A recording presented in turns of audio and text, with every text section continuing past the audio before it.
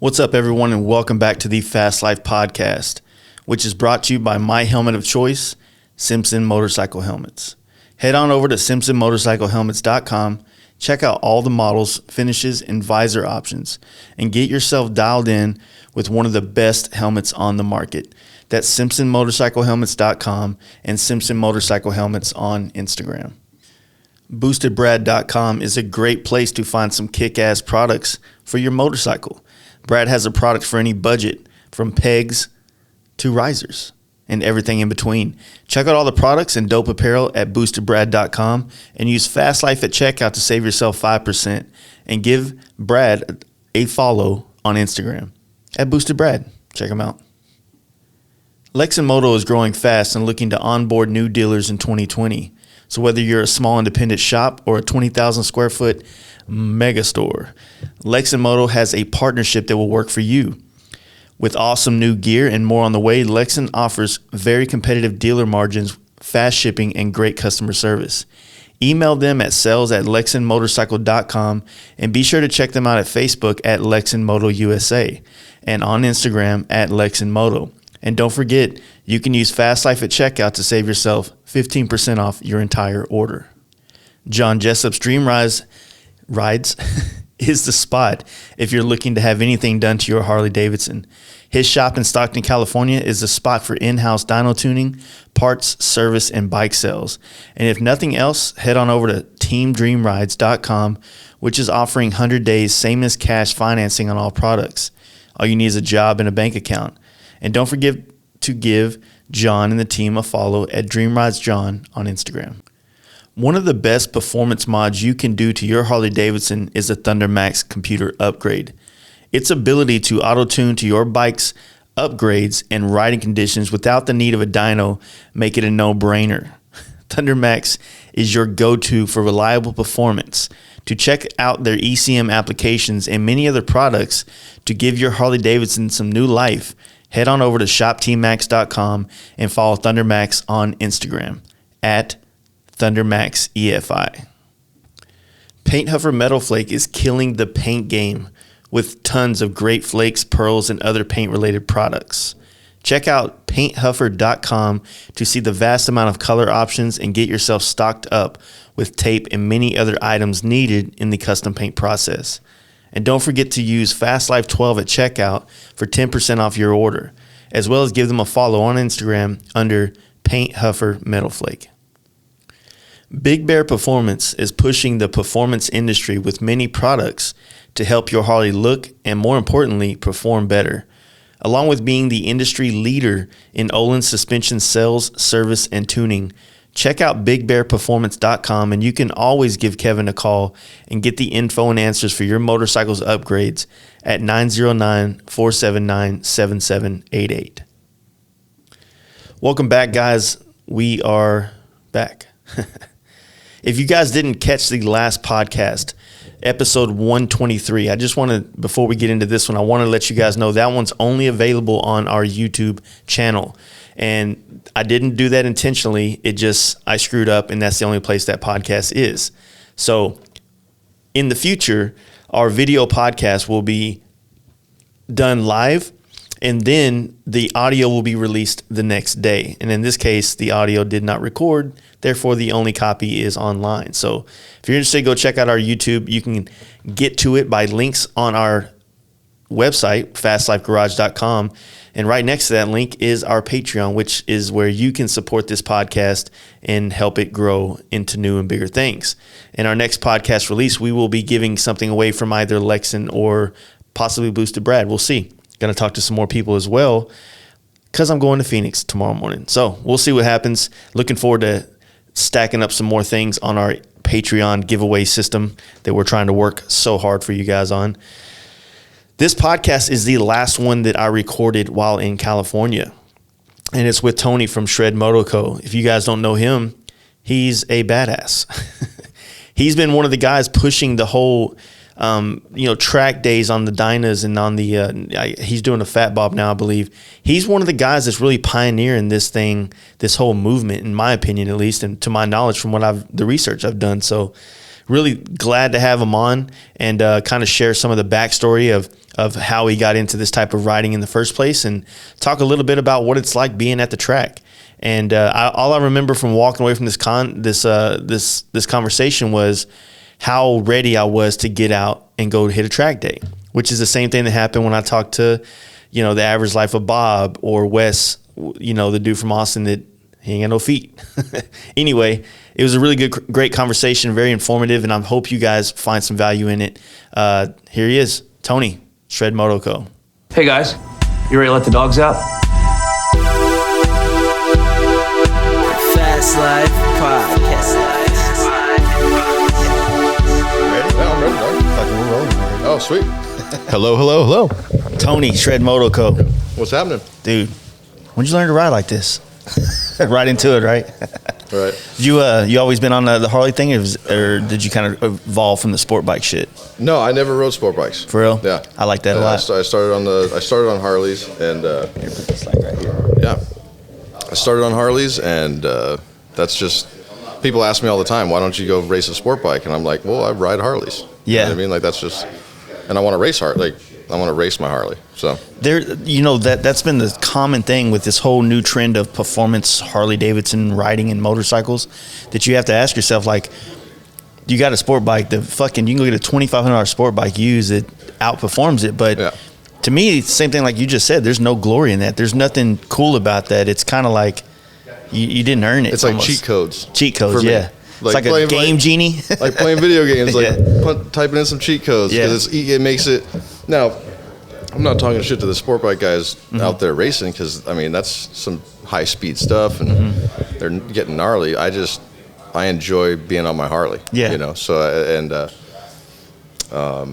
fuck, dude, it's just that's why I keep sticking. That's why I keep making my bike better instead of just switching to something else that's a little easier, and which I would like to, because of the more competition, you know what I mean? But I just sticking to it, dude. Yeah. You know what I mean? Like I got to ride my Harley. So Would you start like are you from here originally? yeah, I grew up in California. All right, so you've always had amazing roads to kind of practice on. Yeah, You'd say that probably helped kind of transition onto a track, though, wouldn't you? absolutely. Yeah. What was your Absolutely. go-to before you started doing track? All these canyons out here, like Topanga and Stunt Road, Payuma, Mulholland, Decker, every canyon out there. Some of them I don't even know the roads or the names. yeah. And but dude, it's something that our shop, when we opened up in 08, was like right at the base of all these canyons. So it was like, oh, let's go on a lunch break. Let's go shred the canyons. You know what I mean? It was a thing. That was the thing. Just part of it. We'd go hit the general store, go hit a few canyons, hit the general store, and get some lunch, and then go back to work. You know what I mean? And sometimes not. Sometimes chill at the general store, keep riding or whatever. But that was the kind of thing. And when I finally went out to the track, and I thought I was super fast, and I was getting out there, getting sketchy and sliding around, doing stupid shit. But when I got to the track, I was like, wow, Yeah.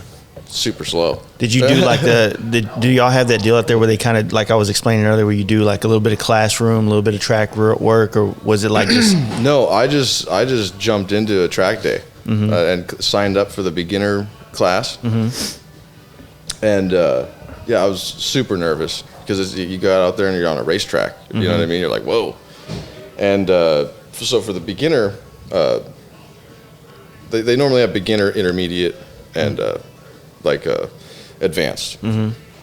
But on the beginner ones, they normally do a ride around the track, which is like there's a guy in front, and it's like a paced couple laps.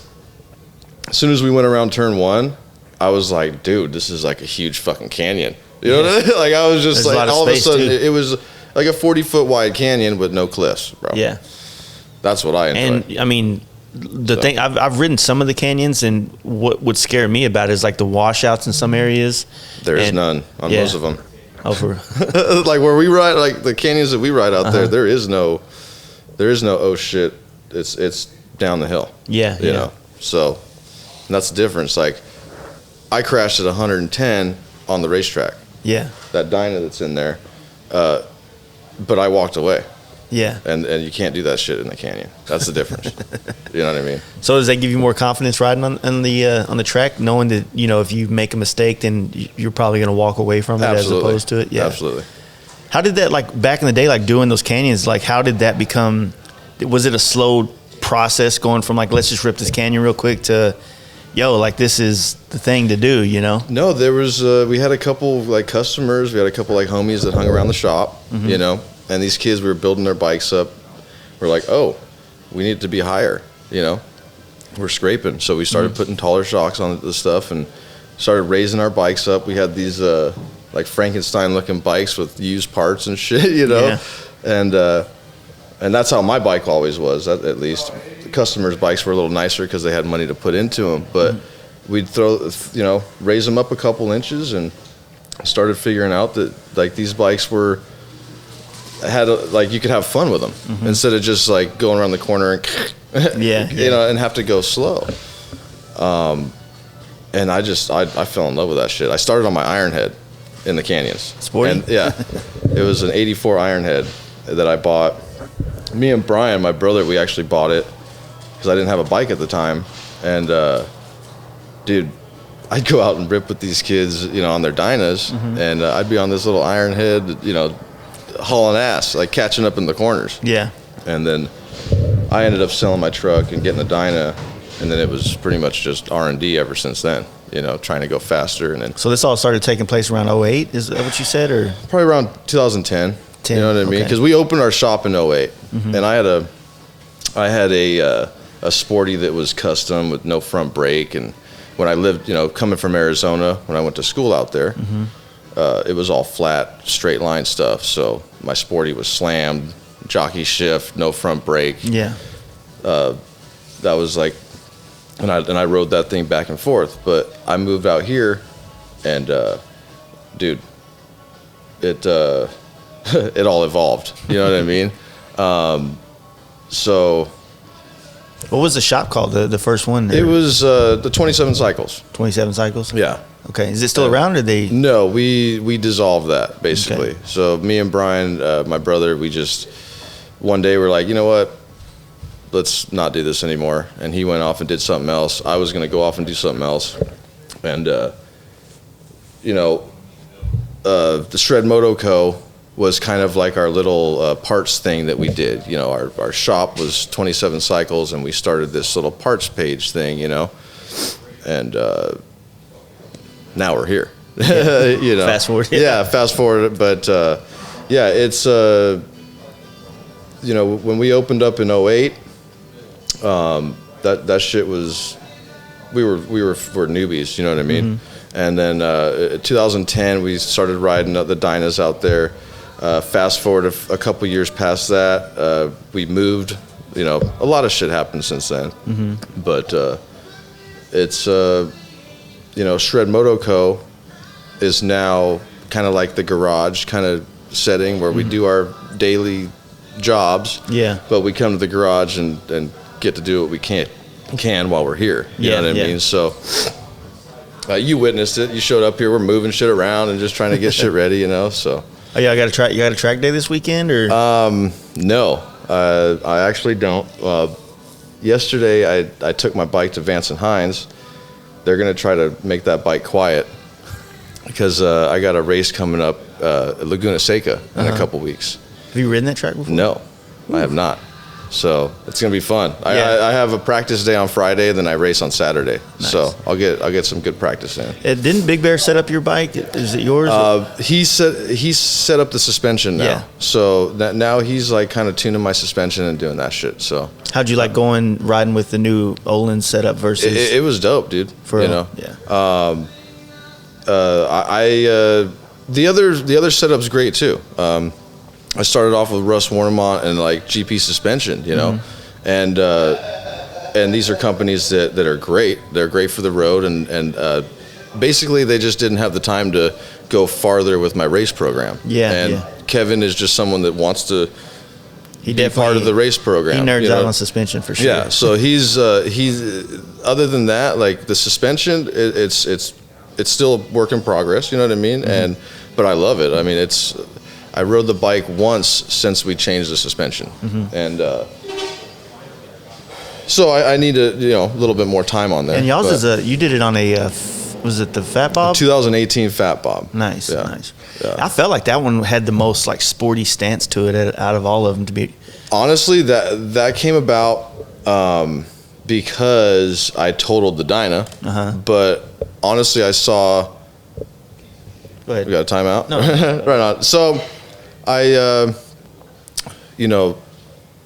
the Speed Merchant bike Yeah. that Bronny built, that bike I saw and was just like, dude, after I totaled the Dyna, I had time to think like, okay, am I going to rebuild this bike or what the hell am I going to do? Yeah. Because either way, whatever I do is going to be expensive right now.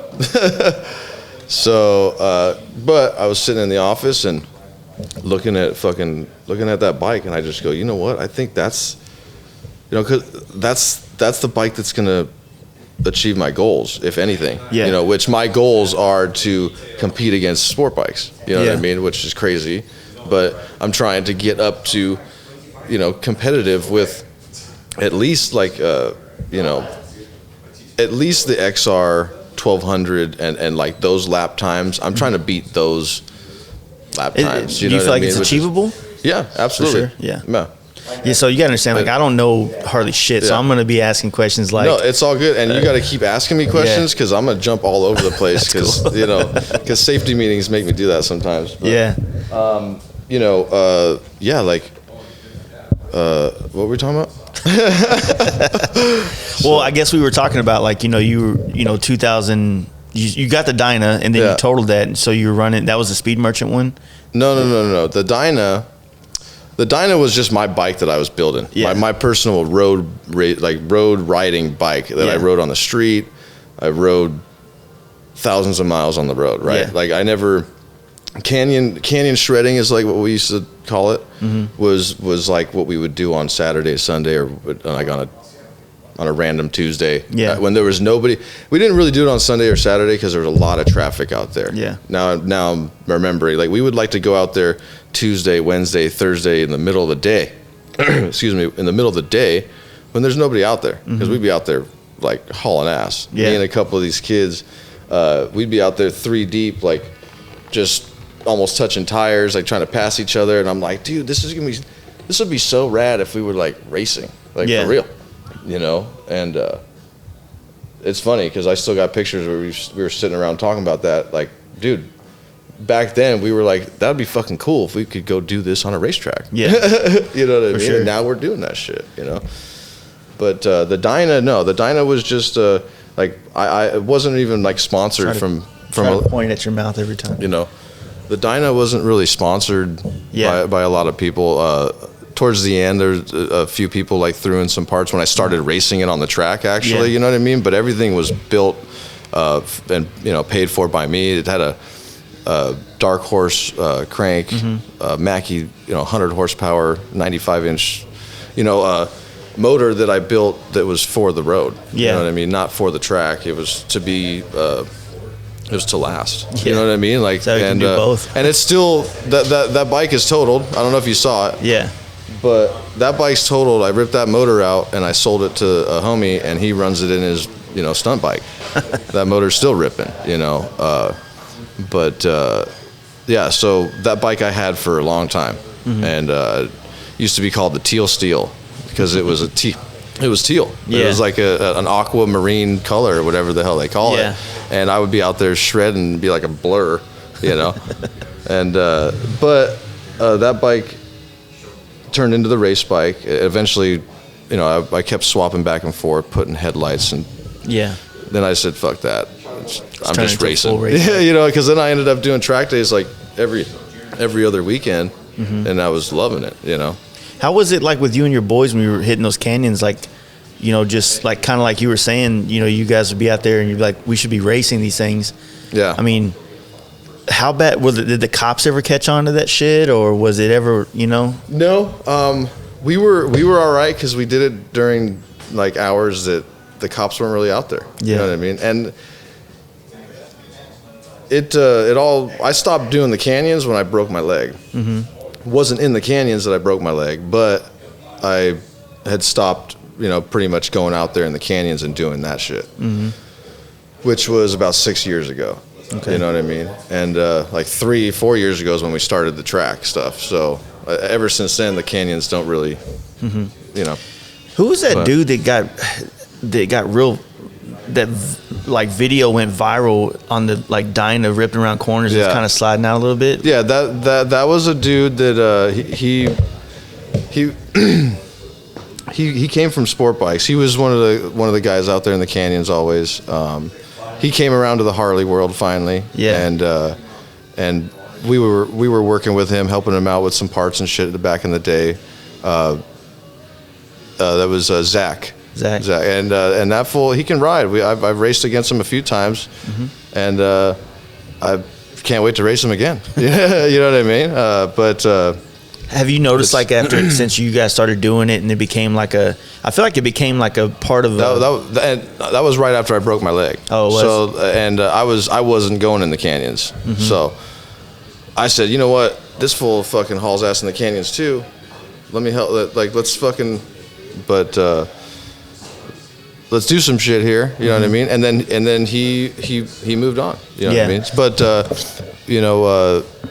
that right there, I think, I'm gonna go out there and say it. I mean, that fool used to see me out there on the Harley when he was on his sport bike, and call me crazy as a fucking, know. And now he's out there doing it too. So I guess it's attracting to some people. You know what I mean? I feel like right when that shit, like even when you were doing it, like you had the wheelie guys doing wheelies everywhere on Harleys, and then you had you guys ripping up canyons, and it was like this big, like, hey, look, to the whole world that thought sport bikes were the only ones that you could do. It kind of happened at the same time. Yeah, like the whole unknown industry thing and all these different wheelie, everywhere actually now. Yeah.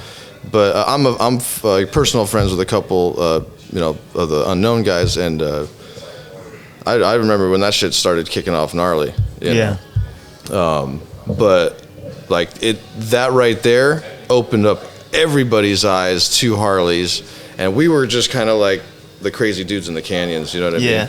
Like there's not really, no one was trying to do everyone's trying to wheelie. No one was trying to go out there and like ride a Harley like a sport bike. Yeah, of course, but that kind of evolved too. There wasn't as much coverage of what you guys were doing versus the wheelie. Yeah, because it's not as appeasing. It's not like as what we're doing ain't as cool, bro. Let's just be honest. Like, and it's harder to capture the coolness. I think that's the better way to say it. It's harder to capture it because you're doing it over a course of turns versus. If someone was just sitting at one turn and catching one rip, it's cool. But to the dude that doesn't ride, the wheelie's cooler. Yeah, absolutely. It's way more. I know it is. You know what I mean? A picture of me leaned over is like, what the fuck is that guy doing? Because you can't see how fast we're going. You can't see what's going on. Like, and even in a video, I try to put it up there on YouTube and try to put videos out there for people that want to ride Harleys on the track. So it's kind of easier for them to transition or whatever. But dude, even the videos don't really do it justice. Every time we get off the track, we got a huge fucking smile off our on our faces. You know what I mean? Like, and it's a constant thing with everybody that comes out there. It's just getting out there. Yeah, it's like I was telling you, man. I've been wanting to go, but I'm kind of scared to get into it because I don't know if I have time to get into it. And I'm also I'm going to be honest right now. Just don't do it. Yeah, because it's like. Once you go out there and you see, like, dude, it's not just a thing. Like, it didn't just pop out of nowhere. Yeah. In the sport bike world, track days and doing this track stuff is a normal thing for these guys. Yeah. It's like a religious thing for most of these guys that go out to the track. I mean, they're out there all the time, and racing, and the guys racing against each other are all friends. It's a big ordeal. Yeah. And I got attracted to it because it's a family thing too. You got kids out there, helping dad and shit. And it's like, now that I got a handful of kids, I got to do stuff that they can be a part of. Yeah. Like, they can't be out there chilling with me in the canyons, like, hold on guys, I'll be right back. Yeah. But no, it's cool. Like they like being a part of it and riding their bikes out there. And, it's a cool experience. That's for sure. Yeah, I definitely think it would be, and, I feel like it's growing so much, and I mean, you see it with like Bob and some of these other cats that are on the other sides of the country that are doing this shit now, and you know, I really feel like all those videos of you guys doing the canyons and then you guys creating this whole brand based on fucking hauling ass and doing this stuff, it's kind of opening up a lot of people's eyes to stuff. Like my wife's brother, for instance, he's stationed down there in San Diego. Used to do track days at like Button Willow and shit. Right. 'Cause he's from like Santa Clarita here. Okay. And so then he decided he wanted to get into bikes again, but he went to another sport bike, and I was telling him about you. I was like, dude, check this dude's shit out. Like, you could do this on a Harley, man. Then we could be friends. You know, 'cause I'm not. We could ride together. Yeah, I'm not fucking with you. You're Jixer right now, bro. So, but no, I was showing him all that stuff, and I was like, man, like, there's, I don't know. There's no. What would your argument be to someone to say like, hey, dude, do it on the Harley versus the sport bike? It's just, if you like riding Harleys, it's just what. Yeah, Like, comes with it. like there's a lot of people that like to push the limits in the canyons. Yeah. On Harleys, and now you know Yeah. what I mean. But like, the only thing, not the only thing, but it's also for either or. It's for racing or for just even learning how to ride better. True. It's going to help on the street. You go out to a track, like me, I went down the rabbit hole.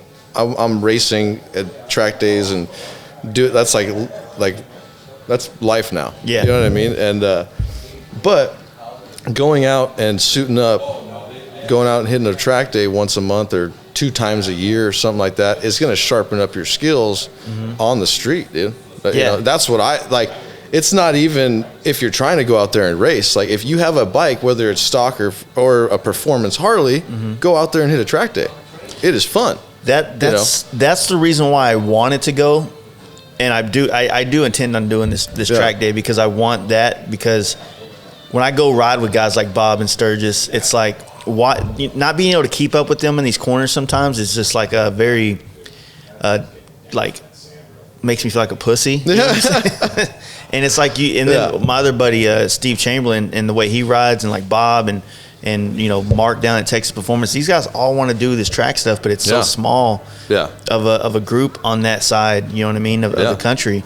But like what you're doing out here, man, I think like it's spreading, you know, just like everything from fucking California does.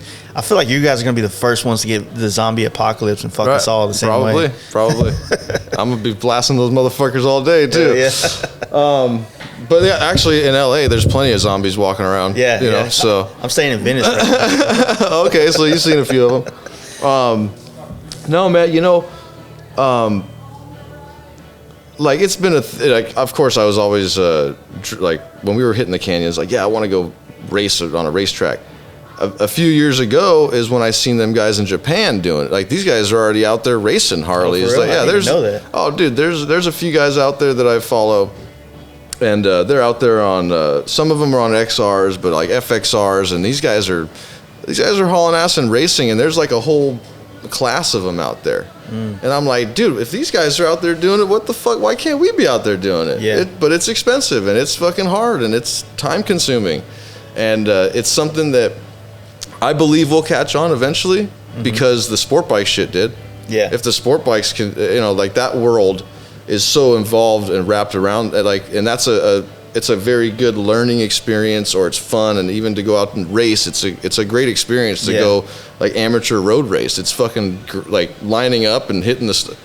It's cool. It's fun. You know what I mean? So like, even just the experience, you know. But that's the way I look at it. I go, dude, like, look at all these people out here. When we're at the track, I'm like, look at all these fucking sport bikes out here. The Harley guys just don't know yet. That's why. That's why there's no Harleys out here, because people just don't know that they can do this. Yeah. And it's like going riding. It's like going out for a weekend riding your dirt bike. You know what I mean? Just a more expensive dirt bike weekend, but it's like going out and riding dirt bikes with your buddies, or going out and shredding Harleys on the racetrack. It's a weekend. You go camping, you're drinking beers, having fun. There's no cops, and you're fucking having fun. Yeah. You know what I mean? Like, it's a cool like. So that was one of the things I was wondering, if it is like you can go out there and camp at the track. Absolutely, dog, and go off roading, because you're out in the desert. They got trails. I mean, last time we were out there, homeboy brought his side-by-side, and we just like went to the top of this fucking hill, you know, and I didn't even know these things could go like drive like that. You know, he had some money into it, and it was a little 4-seater. I don't know what kind it was, but like, dude, we found an opening in the fence and boom, hit it, and we were out in trails for like an hour, you know, looking at the racetrack like, damn, that's far down there. You know, but it's like you can take your dirt bikes out there, like Chuck Walla, one of the tracks that we hit that's like in the middle of, it's like from in the middle of here in Arizona. Like smack dab in the middle. Like around Joshua Tree or some shit? Or I think so, but it's like a little bit past Palm Springs. Okay. And it's Chuck Walla, they got cabins out there that you can camp out, you know, you can rent the cabins there. They have a dirt track, like a dirt TT track, and they, you know, there's a lot of fun shit to do out there, you know. So it's more of it's not just going out for a track day. It's like it's a whole experience, you know. And the organization most of the time on Saturday nights they'll throw like, you know, they'll barbecue or have like a getting everybody together kind of thing, you know what I mean? So that's cool. It's a good experience, you know, for anybody that wants to race or just wants to have, you know, fun on their motorcycle, you know. And that's how it is for the sport bikes, and that's kind of like, that's what I learned going out there. Like, hey man, this ain't, you know, that's what I try to explain to people. It's not just for racing. Yeah, you tapped into that frequency, and now you're getting exposed all that life around that track riding. Yeah, and I'll be honest, bro. I was the first motherfucker to be laughing at the homies at the rock store rolling up in full leather suits on their sport bikes. Yeah, they're like, look at these fucking clowns, man. Yeah. You know, but and my dumb ass is in shorts and fucking chucks and, you know, and a cut, and I'm just like, oh yeah, let's go fucking haul ass around the fucking canyon. Yeah, you know, and now I'm laughing at myself like I was the fucking idiot. You know, one of my homies just flew off of one of the gnarliest canyons out here that you could fly off of, and he survived somehow. Damn, like it's crazy how he did. Yeah, it's the gnarliest shit I've ever seen. Like. And was he leathered up and everything? He was not, bro. He was not. He was not. It was like very. I've seen some fucked up things in the canyons, bro, and he's still fucked up. Don't get me wrong. I mean, he went down like 200 feet of a cliff, like down a fucking cliff, off the side of Decker Canyon. So if anybody's listening that knows Decker, it's far, and at the top of there, it's straight down. So, like guardrail. Cliff. That's what you're dealing with when you're in you know, oh shit, boom, it's done. Yeah, you're over. So you can ask anybody going out on the track, man. It's you know, you have some desert, you have some runoff sometimes. Yeah. You know, sometimes it's some fucked up runoff, but you can slide it out. Yeah. Yeah. You can dirt bike it, and it's easier to dirt bike it on a Harley than it is a sport bike. Yeah. I'll be honest with you. I've done that before. I've had to do it a couple times. You turn that down a little bit? But, yeah, I mean, I go off the track at least once every time I'm going out there. For real? Yeah. And it seems like the track's pretty, you said it was like 45 feet wide? Or I would say about 40 feet wide. Okay, I mean, that's quite a bit of room, even if you misjudge a corner, you still have a little bit of room but when you're pushing those limits, bro. Yeah. But see, that's the thing. You don't have to go out there and push those limits. Yeah. If you're that person, you're going to go push those limits. That's the best place to push the fucking limits. You know what I'm saying? But if you're that person, you're going to go out there and you don't want to crash and fuck up your bike. You're going to go out there and cruise and have fun and probably still pass a couple sport bikes in the beginner group. You know what I mean? Because there's literally people out there learning how to ride. Yeah. You know? I mean, it's the safest place. Yeah, Think about it, dude. I mean, even if you're going 40 in the canyons, you go over that double yellow, that's a car coming 40 at you. Yeah. Or that car switches over in your lane. Anything. Yeah. You know, I've been minding my own business in my lane and had a yellow Corvette almost take my leg off. You know, and luckily I was apexing the corner, like towards the, you know, in the center of the corner. I go towards the outside, and I guess it would be the inside in a right-hand corner, but outside away from the double yellow. And I'm over here by the right, and the dude just, you know, it happens a lot. Yeah. You know, and especially if you want to be that, like if you get that adrenaline rush like I do, and want to go ride fast and scrape shit and get, you know, have the tire break loose and be like, oh, that's where it's going to break. the canyon ain't the place to do it, you know. But it's for cruising now. You know what I mean? For me, at least. Well, I mean, also when you're, you know? when you're running that canyon back and forth, you kind of start to learn the road. Absolutely. And same thing with the track. Like you learn it. You know, the scary thing about what we were doing or trying to do is like we'd be on a road trip. Yeah. You know, and we're on PCH at some part, and we're ripping hard as fuck, and you're trying to look at your GPS to see what's ahead and trying to judge these corners, and you're also trying to push through them pretty hard, and it's a little bit too much. You can study those canyons as much as you want, bro. Yeah. But there is dirt, rocks, and cars. Yeah. And other motorcycles. Yeah. I've seen motorcycles. I've been in a pack and have a motorcycle go right into a guardrail, right in front of us. Yeah. We had a guy, you know, where we do our camp out every year. It's in this part of Oklahoma, which you would never think that Oklahoma has terrain. Uh-huh. There's this one part in southeast. It's called the Talamina Parkway. Right on. And it's like on top of a mountain ridge, what we call mountains, you know, half of these. Right. And it's like, it's just this road that just dips and does all kinds of crazy shit. And riding that road, there's so much level changes that go on. Because there's one thing where you got corners, but it's when you got those downhill curves or those uphill curves that really can throw someone that's not used to riding hills off. You know what I mean? And we had one guy go down pretty gnarly and ended up being a coma and all that shit. And it was a misjudged corner. Like he thought the corner was over and it wasn't, and he tried to run it off, and you know, bike caught him. You know, but then there's other guys on that same trip that just fucking, you know, some dudes just have balls of steel and they just don't give a fuck. And they just, you know, and that's how. Trust me, I've been there, done that. Yeah. But now I got fucking. I don't know. Maybe it's like because I got kids or whatever. But you know, I've seen a few fucked up accidents in the canyons. Yeah. And then I've seen some high speed fucked up accidents in the track, and seen dudes and like been like, "Yo, what's up, dude? Like, you all right?" Yeah. Yeah, man. Cheers. You know, straight up. Yeah. And like, wow, bro. You know. So yeah, it's one of those things. It's just like for me, like when I'm in a canyon now, like I'll push those. I always did like 85% in a canyon. I'll just say that. I don't really think I ever did like 100% when I'm out there shredding the canyons, bro. I just can't do it. Yeah, you know what I mean? That could literally be the end. So because I push that it's hard shit to recover pretty, from 100%, right? Yeah. You know, and just there's no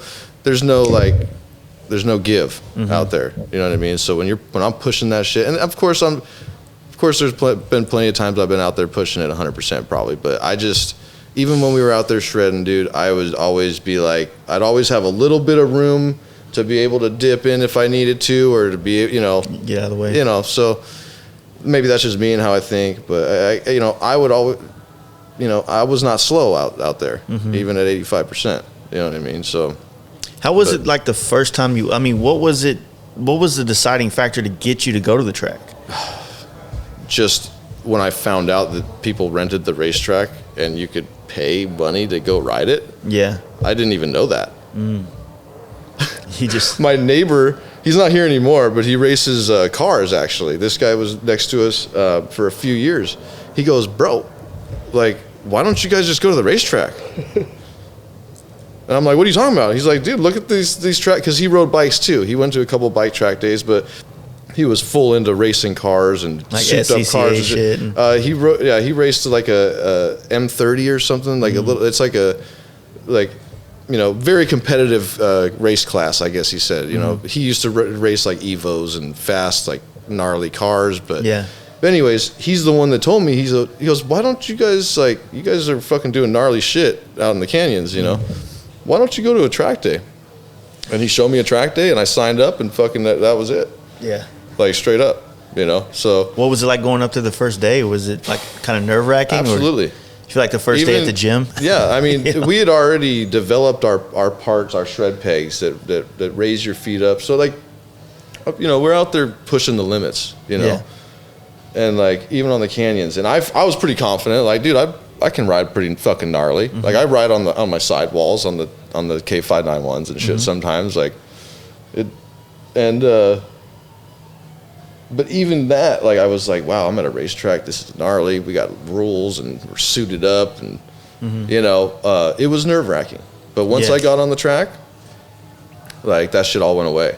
Like I was like, okay, get the fuck out of my way, let's hit it. Yeah. You know, but even to this day, I still get nervous as fuck lining up to race. You know what I mean? Every time it's like, oh shit. It's probably a good thing though, it's right? so much fun. Yeah. It's hilarious.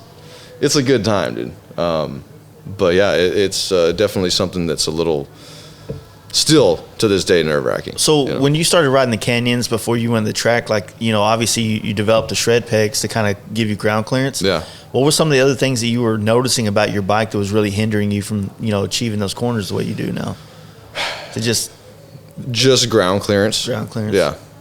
Basically. Yeah. That was it. And, you know, chucking a 600-pound bike around a corner in a canyon with gnarly bumps and yeah, you know what I mean? Like it was just getting the bikes up off the ground so we could go faster in the corners, you know. So better suspension, you know, we started off with just like a, you know, I can't even remember. It was just like a basic shock that would raise it up.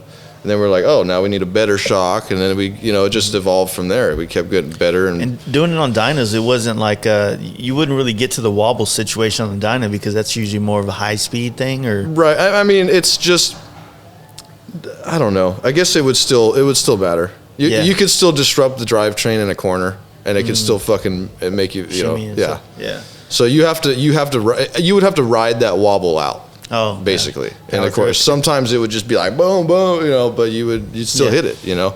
But at that point, you know, okay, I either need to keep going, you don't let off, but you know what I mean? Like you just fucking have to power right through that shit and get out of it. But no, the dyno wobble definitely existed in canyon shredding as well. You know what I mean? Like it was not as bad because it was more of a straight line, high speed, but I take that back, bro. You got there's a few canyons out here that are high speed corners. Sure. You know, they're 90 plus that you're out there. You're out there smashing. You know what I mean? And there's very dangerous canyons. There's a lot of fatalities out there. You know what I mean? Damn. So, but yeah, that would happen out there too. You know, we were always chasing that shit. You know, chasing it, just trying to make it better. Different motor mounts, different this, different. You know, shit. you just like me. I just wrote it out. I never really try to. I would chase it for customers and people that really, you know, and you know, have them spend the money to put different shit on there to help it. But like for me, even the straight line one, I would. You know, have you done much of it on like more modern sporties, like rubber mounted ones or anything like that? So no. The sporty behind you is the first one we're ripping apart. It's not a rubber mounted one though. So I feel like that would be an easy bike to get into and get onto the track and not be so worried about, you know, sliding it out or some shit or washing it out, absolutely. You know? That would be a good starter one. Yeah. You know, for sure. We're building this one to go race in the dirt and hit some flat track races. Nice. But the next one that we're going to build is going to be one that's going to be for the road race. I honestly, I think it would be cool to do that to show people that it's way cheaper than trying to do what I'm doing. I'm trying to build a bike, which a lot of people don't know, I guess. Like I'm trying to build a bike that's going to race against like the Ducatis that I race. It's crazy as fuck, but I'm trying to compete against these. It's cool as fuck. I'm competing against the Ducatis that, you know, the Battle of Twins that I race in. Mm-hmm. It's all 900 and above cc, air cooled twins. Mm-hmm. So my bike falls in that class, you know, even though it's not a vintage one, but it's still. So that class you're going to be doing at like Laguna Seca, that'll be the Battle of Twins. Yeah. Nice. Yeah. And which track? And you said you hadn't ridden that one before, but man, like that's a classic track. Man. That's like a fucking what is it, like a bucket list thing for me. Sure. You know what I mean? So that's rad. Like that shit's like big time for me. You know what I mean? When's the race? It's February 7th. Nice. So or February 8th. So the practice day is on the 7th. Okay. And then I'll be racing on Saturday. Maybe racing Sunday too. We'll see. That's nice. But so when did it become like when you were just going to the track versus when you started seeing you could go compete? That was my intent. Oh, from the beginning? Yeah, from the beginning, from the get-go. Like, I'm going to race my fucking Harley. That was, you know, from the first time I stepped foot on the track, I was already thinking, like, I was already asking the guys like, hey, is there any classes I can sign up for? And like in some places they'll just put me in the back of a 600 class. And then, some of the front guys will lap me at the end of the race or some shit, you know what I mean? But it's like, I'm out there on a Harley, Yeah. But some of my lap times are like 10 seconds away from these sport bikes, you know what I mean? So yeah, it's a pretty intense climb, but I feel like I can get there, you know what I mean? Like, that's actually a good feeling. so man. yeah, I mean, yeah, it's 10 seconds every lap, you know what I mean? So but at the same time, like I'm a newbie, bro. Yeah. You know what I mean? I'm a straight up rookie, so, and I'm on a Harley. So, You think probably the biggest thing hindering a Harley on that area is probably going to be power, or just the horsepower, acceleration range against the sport bikes? Yeah. Yeah, it's going to be, I'm going to need more horsepower, and I just need to be able to turn. Because, and I'm pretty much achieving that right now with the suspension and how high it's getting. And y'all did a 124 in that? It's a 128. 128. Yeah. So it started off with the 114. Yeah. It was the 114. The 114 motor, which goes to the 128, same kit, basically. But that was the SNS. I wish it was here so you could have seen it. Of course, we took it yesterday, but no, the SNS kit, and that thing, I think it's pushing around 140 horsepower, But there's definitely room for improvement. Yeah. So, that's actually on my whiteboard, something to do that we're going to increase the horsepower, but. So I mean, when you're on a track, man, like your extremes on the braking end, on the motor. I mean, just the pushing the engine and all these areas. Like, you're definitely gonna find the weak points in any of these type of things that are going on. You know what I mean? So like, have you noticed anything like with the motors, like being able to beat on them that hard for however many laps you're doing? I haven't had any issues, and like my Dyna. I never ripped that thing apart, being on the track for like 2 years, man. How long is it? How long is like a general run? It's 8 laps. 8 laps. Sometimes 6, but most of the time 8 laps, and it's like a 3 mile course most of the time. Maybe anywhere from like 2 to 3 miles. Okay. And 8, sometimes when they're trying to save daylight, they'll cut it down to six laps. They'll say, hey, everybody, we're shortening your lap, the races, so everybody can race. Yeah. Or if there's accidents and shit like that, But it's normally about 8 laps, and it's hard. It's intense to finish 8 laps, bro. At 100%. Yeah. At 100%. Like, I'll be honest, at 100%, trying to finish 8 laps, it's tough. Damn. So, but like on a track day, you're out there for 20 minutes at a time, and then you can go on as you please, and it's fun. How long is usually 8 laps going to take? It's about 2 minutes a lap, I would say. I mean, the fast guys are probably going a minute 40 something, but about 2 minutes a lap, So like under 20 minutes. So yeah. So but you're 100% though. Yeah. It's way, dude. I've been on track days and been like, oh yeah, I'm hauling ass, and then I'll go, or like the practice day before the race, and I'll hit the track that it's the same way in the race, bro. But like, boom, scrape something and get gnarly. You know what I mean? I'd be like, wait a minute, I got to raise my bike up again. I didn't, but I thought I would figure that out in practice, but you end up figuring it out like in the race sometimes, because you're really actually pushing it. How high are you right now on suspension? Like, it's about 3 inches higher. And you're gonna hit. There's a limitation on that new Softail unless you're running a Speed Merchant swing arm. I got a Speed Merchant swing arm, and then it's got basically a stock front end. Okay. But with the Ohlins up front.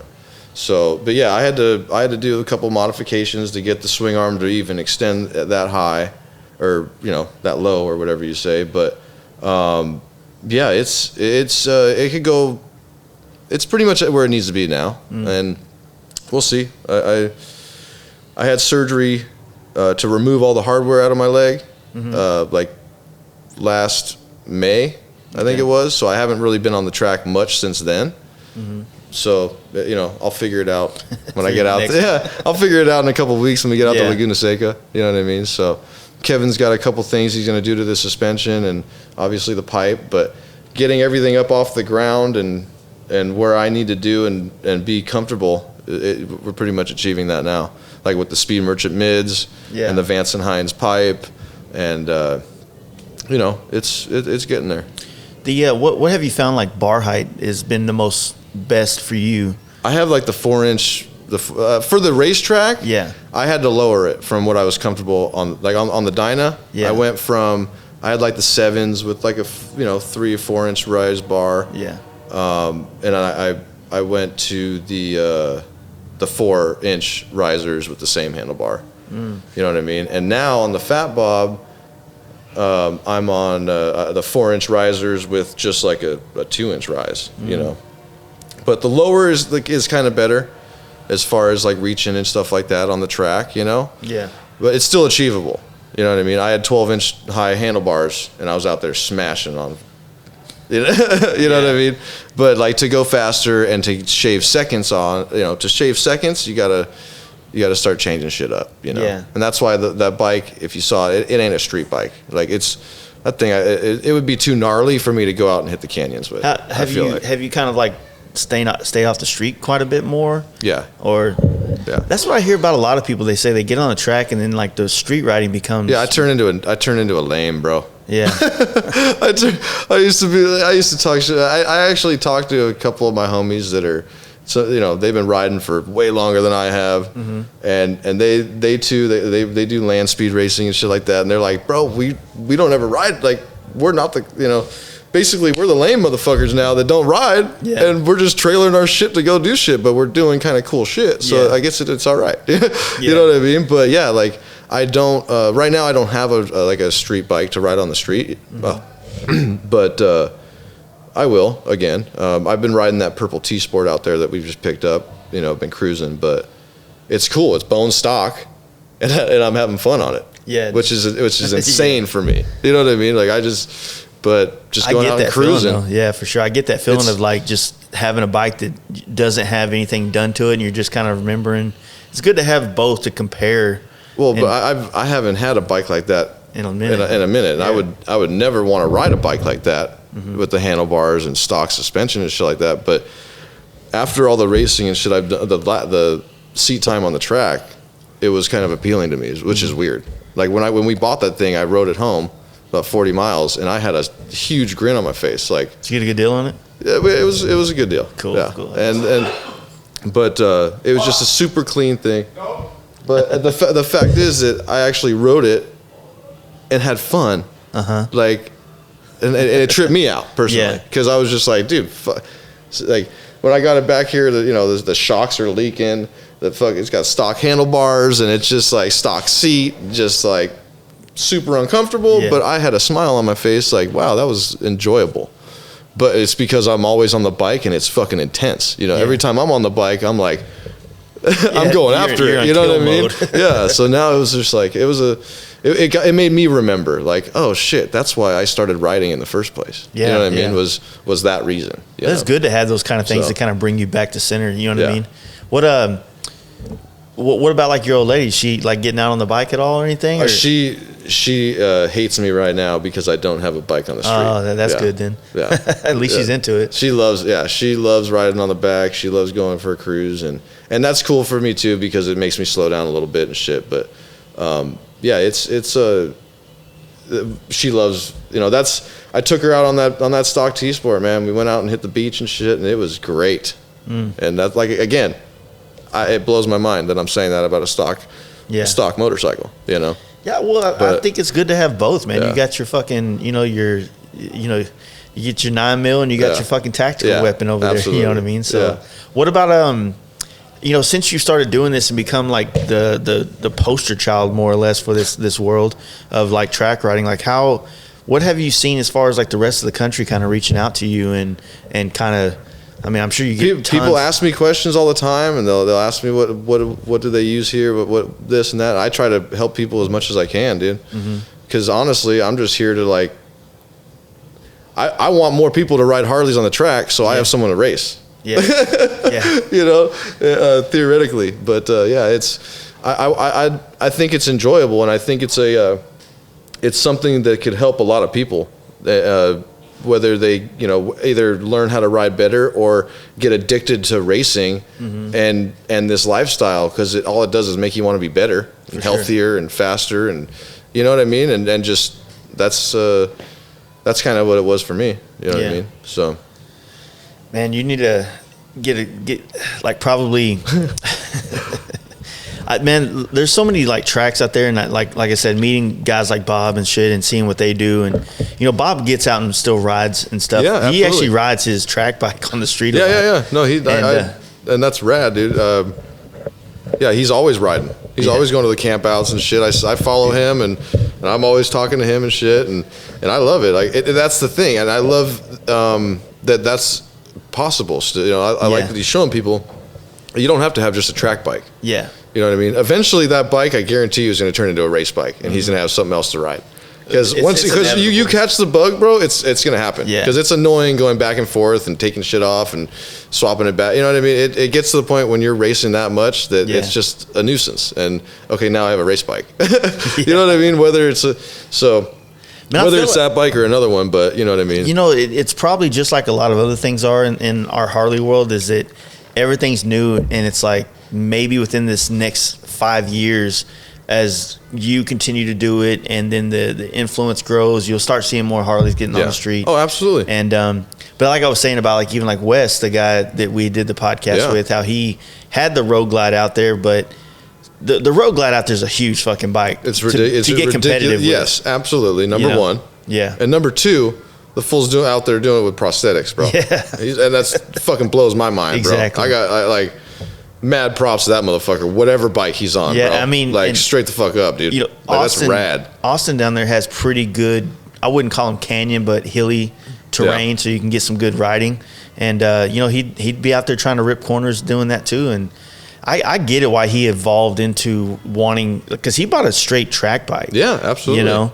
And he's out there doing that shit and doing Coda and all those places, and man, it looks fucking fun, man. Like I said, I'm just kind of... No, he caught the bug. Yeah. And whether you catch the bug on a Harley or on a sport bike or on a 250 or whatever, bro, like you're gonna enjoy it. There's a dude that started out. He started coming out on a little Honda Rebel. Holy this shit. one kid, and then he's like, I'm gonna get a Harley. I'm gonna race it. And he kept coming out with his Rebel, and eventually he bought one and he started building this freaking Harley, and shows up with a Harley to it's like, dude, it's rad. Yeah. Like that's so cool, bro. And it's something cool to be addicted to. Yeah. Basically. You know what I mean? It's something that I will push on people. You know what I mean? Like that's. Have you heard about our Lord Saber track? Straight up, dude. Like start knocking on doors and shit.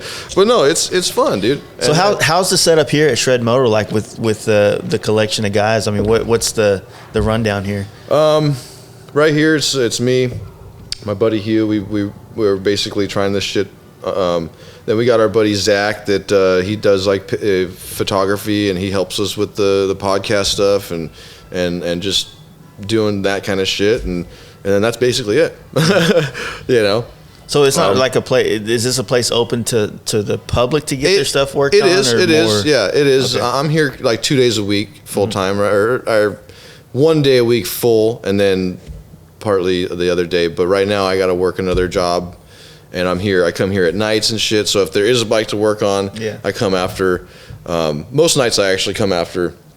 Either work on the race bike or the sporty or something, but recently we've been remodeling and doing a bunch of shit here, so I haven't really done much work. I know.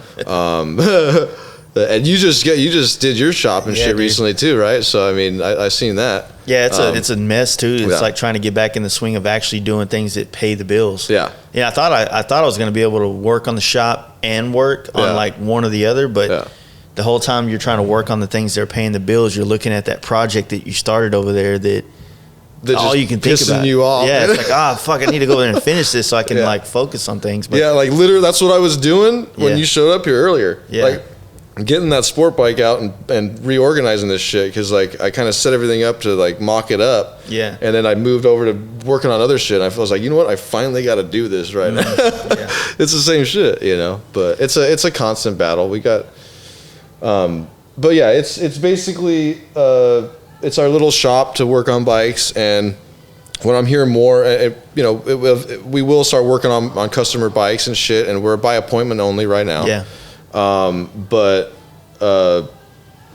Right now I'm 5 days a week at my day job. So, and I got to do that. So, but it is what it is. You live in California, dude. Yeah, straight up. It's expensive. And having like a lot of kids, it's expensive. Yeah. So, yeah, everything's kind of like, I mean, a few months ago, we almost gave this place up and packed everything up and just, I was going to put a lift in my garage and yeah. But we said, you know what, fuck it, let's give it a run. Yeah, you know what I mean? Cool. So let's give Shred Moto Co. a run, and that's what we're doing, and it's, like everything else, I think stuff. Being a staple of someone to kind of, that gets interested in carving, canyons or fucking hitting the track, man. Like it'd be good to have a shop like yours to help usher and help people set their bikes up, and especially for Harleys. I mean, there's billions of the sport bike places that does that stuff, but who's going to help a guy on a Harley, Yeah. And you having the experience and whatnot, I think is ideal for someone.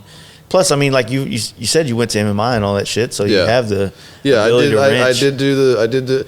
I mean, Brian, my brother, was our main mechanic. I'll be honest, he's a fucking absolute great mechanic. I'm like I know what I'm doing. Yeah.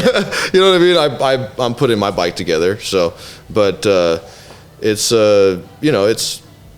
I'm still learning. You know, I stopped working on bikes when I broke my femur 5 or 6 years ago, and Brian took over full time. So now I'm getting back into the mix of things. I turned into the office guy. You know what I mean? So now I'm getting my feet wet again. I mean, I still know what I'm doing, kind of. You know, I mean, the whole race bob has been put together by me, minus the suspension by Kevin. But also with my buddy Ryan, RSF, he's been helping me do the fab work and shit for the wheels and stuff. Yeah. But what wheels did you end up running on that thing? Those are Marchesinis off of a Ducati. I remember those things. Yeah. So you had to make a lot of spacers. Yeah, we had to do. We made some spacers and some gnarly contraption because there was like a cush drive on there and shit. So like it works great. We love it. I love it. And those rims are rad. Yeah. Those are magnesium, aren't they? I'm pretty sure. Yeah. I want to say that a lot of the. Yeah. I had a set on my first Gixxer 1000 that we did. And man, they had some good looking designs on those things, especially the newer ones. They got like dude, the weight, those stock fucking rims, like so those things, it was night and day, man. And I never wanted to go 7. Everyone would tell me on my dyno, like, go 17s, you get better tires, And I was like, fuck that, bro. That fucks up the look of the bike. You know what I mean? You put a little wheel up front and all this shit. You got to raise it up. You know what I mean? But like once I went to the Fat Bob and it already had 16s, it was a no-brainer. To go up. First of all, I couldn't find any 16-inch fucking tires to put on that thing. And then I was like, you know what? Let's pull the plug and go slicks. With the Fat Bob, with it having the wider front end, like you can run like a bagger wheel on the front, and now like which doesn't work for what you guys are doing, but you could do the bagger front rim, either the older one or the new one that's the black one that everybody likes, and then the rear one fits in there too, so you can have that 1918 look on that bike, and it fucking changes the whole style of that thing, looks wise. Exactly. That's something I'm not even focused on that bike, unfortunately, but it's no, like that's rad. That wide front end did help, because like the tire, like on a narrow glide like my Dyna, I mean that wheel wouldn't even fit. Do you feel like having a wider front end? Do you feel more stability out of that? No, you don't. No, I think there's just more moving shit. More, you know what I mean? Like, and just more spacers and more shit. I wish the bike was here because I could show you. But all the shit that people are marketing, like, what do you think is the things that really do help with suspension? It's like, you got your fork braces and these things and that things. Like, what do you think really helps you, transfer over to actual riding differences? Number one, suspension and tires. Like a fork brace is definitely a must. I would say it's like especially on a single disc. Dual disc is a little less, but it's still better. It's better stability to have a fork brace on the front. But like, dude, my Dyna, the one that's sitting there all fucked up, like that thing wasn't, a lot of, like there was a lot of cool shit on it, but it wasn't a lot of expensive, the gnarliest, dopest shit. I had work shocks. I had a Works cartridge kit up front, like a semi cartridge kit. It wasn't even a full cartridge. Lindell ended up sponsoring me and giving me brakes towards the end, which I finally had like dual disc brakes. I only had single disc brakes with a hard case performance rotor on there. Yeah. You know what I mean? And it was just like, dude, it was a very basic bike, but it's still capable of hauling ass. Yeah. Wasn't what it needed to be to like race sport bikes, you know what I mean? And that's why I went to the Softail. Oh, yeah. Because I thought this is going to be the fucking platform that will, you know, reach 150 miles an hour and turn 8 on Big Willow. You know, because the Dyna at like 120, like 110, 120, like that thing is, and you're fighting wind, and it's just like, I mean, you've been on a freeway or a highway going 120, but like trying to be leaned off and get ready for the next corner, it's tough. Yeah. So like even like thinking, shit, I'm going to rebuild this bike and make it faster and better, it's still not going to get where I think it needs to be. Yeah, yeah, that would be fucking scary. Period. Doing, you know, well, these sport bike guys, I think they're hitting like 150, 160 in this corner. It's the fastest track in the West, for real, as they say. Is that Button Willow? That's Willow Springs. Willow Springs. That's right. It's Big Willow. Yeah, and it's in a lot of videos and movies, and Jay Leno's always taking his cars and shit out there for Jay Leno's garage or whatever. But yeah, no, it's a dope track, and that turn 8 is fucking, it's wild, you know. So I'm pushing like 130 in that corner, and I want to go. You know, I'm trying to go as fast as a sport bike guys. I mean, so the more horsepower, then the more lean that becomes.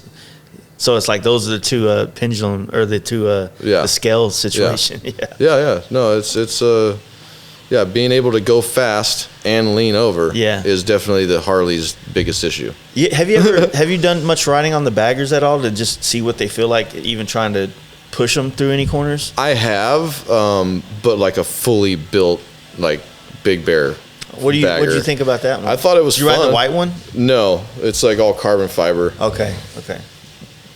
It was a customer's bike that he built. It's my buddy's bike that I have ridden a couple times, but it's obviously my homeboy's bike, so I'm not pushing it. Yeah. And but yeah, it was very fun. Like I would have liked to take that bike to the racetrack and see what it really did. Yeah. You know, because I am not trying to ride that bike like that in a canyon. Yeah, for sure. You know what I mean? Like, and we're talking about different levels of riding. Like I'm not trying to toot my own fucking horn here, bro, but I'm trying to break those barriers and trying to get a faster lap time, not just trying to I'm not just cruising, I guess, you know what I mean? Yeah. But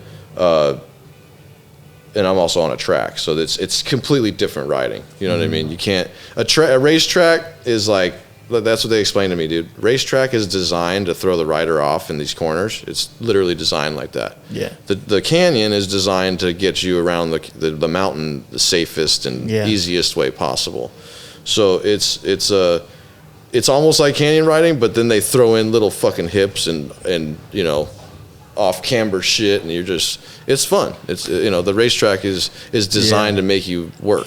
Every time I've gone somewhere, and I've said this a million times on the podcast, but I have the worst thing about me is just downhill cornering. It's scary. Yeah, absolutely. Momentum and fucking. I think that's for everybody though. Bro. That's good to hear. Then. I think a lot of people, you know, would rather go uphill than downhill. Yeah. At least for me, I would much rather haul ass going uphill. I'll haul ass going downhill, but even on my dirt bikes and shit back in the day, it was always like uphill, fucking hitting a hill climb, and it's hard to judge, man. Yeah, you got to hit the brakes earlier, and it's a whole nother ball game, you know. But for sure.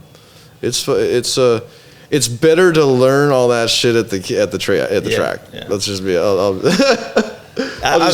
mean, I don't think I got an FXR I've been working on, but I don't think it'll be something I'll do at the track. But I kind of, you know, after talking with you a little bit, I wouldn't mind, like I originally planned, just doing the track day for the knowledge of things. Yes. And you know, so do you use like the whole concept of trail breaking and stuff too? Absolutely.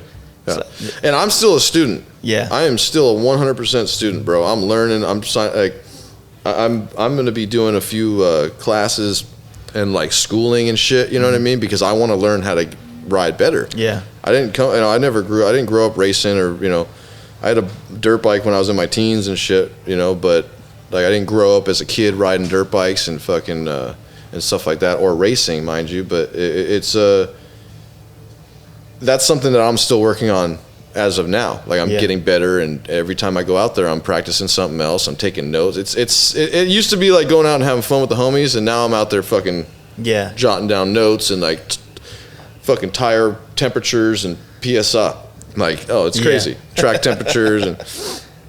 But that's what happens, man. When you're trying to shave those seconds, man, you got all that shit's gonna come into factor. And I'm trying to get around that shit as fast as I can and as safely as possible. Yeah, exactly. You know, so, but it's. So how? I mean, was trail braking something you started using in the canyons before you even went to the track? Yes, yeah, it was something I was using. Like a lot of these things, I was like, whoa, I've been doing that since day one. But like, it kind of threw me off the concept. It's not the you know, it's not ideal. It's not what they teach you at the CHP at the CHP course when you're learning to ride. You know what I mean? But like I would be downshifting, braking, hitting the throttle, all of that in a turn. Yeah. You know, but it's just, you know, being conscious of what you're doing and how the bike acts, and knowing how the bike acts when you're doing certain things. So when I rode with Bob that time and we were carving the Spearfish Canyon, one of the things that I noticed and he was actually pointing out is that I was real choppy on the throttle a lot, and that shit literally was like slowing me down so much going through corners or maintaining a line. Absolutely. You know what I mean? So it was it's all that little shit, and then I started being conscious of it, and then it got to where I was like, you ever swung a golf club? Yeah. And hit it, and like things worked out, and you're like, fuck, this is fun. I think I can be good at it. Yeah. And you start thinking about it. And then you start sucking, and that's where I feel like I'm at right now, because I'm thinking about the braking, the throttling, and not chopping it. You don't want to do that on the street. I know, that's why I just don't be doing it. Go out to the track and learn that shit. And there's instructors out there that'll help you. Yeah. That'll teach you straight up. Mm-hmm. Like they want to help you ride better. Yeah. And and I go out there and I ride with better people, and there's people that are on sport bikes that have me follow them and teach me lines and shit, dude. And it's a constant learning battle. Yeah. You know. So it's definitely something it's possible for anybody, bro. Yeah. Whether you want to race or just go out there and learn. Mm. You know, and that's something perfect for you. Go take your bike out there and sign up for a track day. It's like $150, $180. Yeah. Boom. Some people rent out suits. You know what I mean? They said like the first day they'll let you wear a suit free. Yeah. There you go. Like like Alpine Stars will come out to a couple of the track days. They'll send their truck, and they'll have loaners. You know what I mean? They'll have boots and suits and all that stuff for them to try. You know, they're trying to sell you on their gear, but you can rent it for the day for free. Yeah. And go ride. You know what I mean? So if you can do that, and if you sign up and they can let you use a suit and shit, dude, I would say do it. Yeah, I need to stop bullshitting and just do that. Because like I said, that track is not even... Because if you're trying to fucking learn how to trail brake out on the street when you're riding on a regular basis, like, dude, that's not... Like, oops is not... Exactly. Like, that's not... You don't want to say that in a canyon. You know what I mean? Like, you could... I've gone off the track at 90 miles an hour, dirt biked, boom, boom, boom, boom, got back on the track. Nice. Without even skipping a beat. Yeah, so on my bagger, I'm running mid-controls on it. Kind of similar. I don't think they're as high as like what you are, and obviously I'm a short dude. Yeah. And we need some shred pegs then. Yeah. But I feel like there's been places where I've scraped a peg, but it's also those corners, where like the ground's kind of like making you think camber and that's the thing. It depends on how you're riding. You can make the bike scrape pretty easily. Yeah. You know what I mean? Dip it. If you just dip the bike over, you got to think. I'm leaning off the bike as far as I fucking can, so I could pick the bike. I'm pushing the bike up, kind of. So that's a good point. So when you're hitting these corners, throwing your body off of the bike and trying to keep the bike as straight as possible. Yes, is that like that's putting my the weight off to the side so the bike can stay up. Yeah, if that makes any sense. It's just keeping the bike up as high as it's almost. I feel like when I'm leaning off the bike, I feel like I'm pushing the bike up this way. Yeah, just boom, and it's just getting the most ground clearance that you could possibly get. Okay, that's how I feel. Basically that's how I can explain it. But yeah, like that's the evolving of riding. You know what I mean? Like a lot of people will just sit on the bike and go with the bike, or some people turn the bike and sit up. just sit up straight and turn the bike or whatever. But like, dude, you know, Yeah, because I would sometimes I would try to hang off, and then I would feel like, man, this doesn't feel like it's fluid or right. So then I would try to like stay centered on the bike and try to get it over as far as possible. But I would my advice to you, when you're in the corner, just try to move your head to the inside grip, or inside handlebar. Just try to move your body in this way. Okay. You don't sit off the seat or anything at first. Just try to, instead of leaning your like going like this, try to lean towards your inside grip. Okay. And just try that, you know, and but try it at the track. You know what I mean? You know what I mean? Yeah. So, but no, yeah, it's dude, it's riding. Yeah. You know what I mean? So it's fun. What about, so, you know, like we were talking about earlier, you know, you guys started the podcast, which is called the Shred Show. The Shred Show. Yeah. And it's basically, like you said, it's just you and your boy. Yeah. And y'all are just sitting there talking. The concept was to be after the track. Informative. Yeah. It was supposed to be after the track, just bullshitting about what we did, how the bike's handled. And, and or, you know, or talking about the struggles of getting there and just showing off, you know, who we are and what we're doing kind of thing. And, and just because before there was no really door open or to open, like, oh, I'm going to go. I mean, I'm sure people knew about it and that people have been on the track. Like, there has been Harleys racing before. Yeah. We're not the first ones, bro. You know, I'm fully aware of that. I mean, you know, there's been FXRs, like, I think Bartels had someone do like a 24-hour race on an FXR out at Willow Springs in like the fucking 80s or some shit. You know, like, it's not new. There's nothing new, but like, there's no race class for us. Us Harley, the guys that want to ride Harleys, there's not enough. Yeah. And there's just not enough guys out there that want to race yet. But that's because there's not enough guys out there that have even know about the racetrack yet, and there's not enough people out there yet. Exactly. So once people like shit like this is going to spread that word. Yeah. And just like Bob and like everybody else, and Wes and Ferg out in Australia.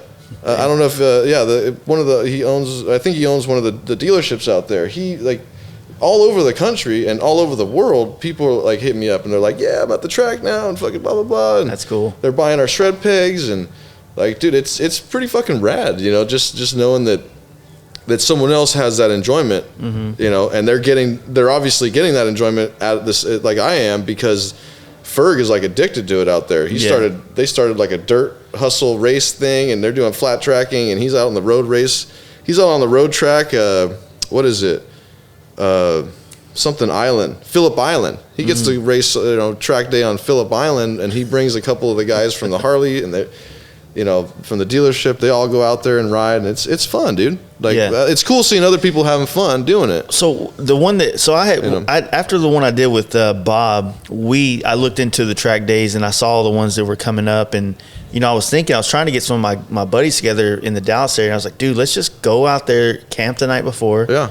You know, we can drink some beer, I think. Whatever. Yeah, no, dude, by all means, they let you. I mean, I don't know about every track, but they let you have a fucking campfire. I mean, you can camp there. Yeah, you're basically camping, dude. And I figure like that's the only way we're going to be able to be there at 6 a.m. for the first class. Absolutely. Yeah. So that's the other thing is being, you know, waking up and actually, but everybody wakes up early to go for a ride every once in a while. Yeah. You know, or you wake up to go for a trip or do something. You know, that's the way I looked at it at first. Exactly. Like, okay, I'm waking up at 4 a.m. and driving to Willow Springs, which is like an hour and a half, 2 hours away. Yeah. Riding the track all day and then riding back. It's almost like a day trip to the desert to ride dirt bikes. Yeah. That's the way I look at it. Like, just a day trip, you know what I mean? But obviously there's tracks that are farther than a day trip, you know? And, but yeah, it's fun going there, camping out, hanging with the homies. You're chilling, have a fire, barbecue.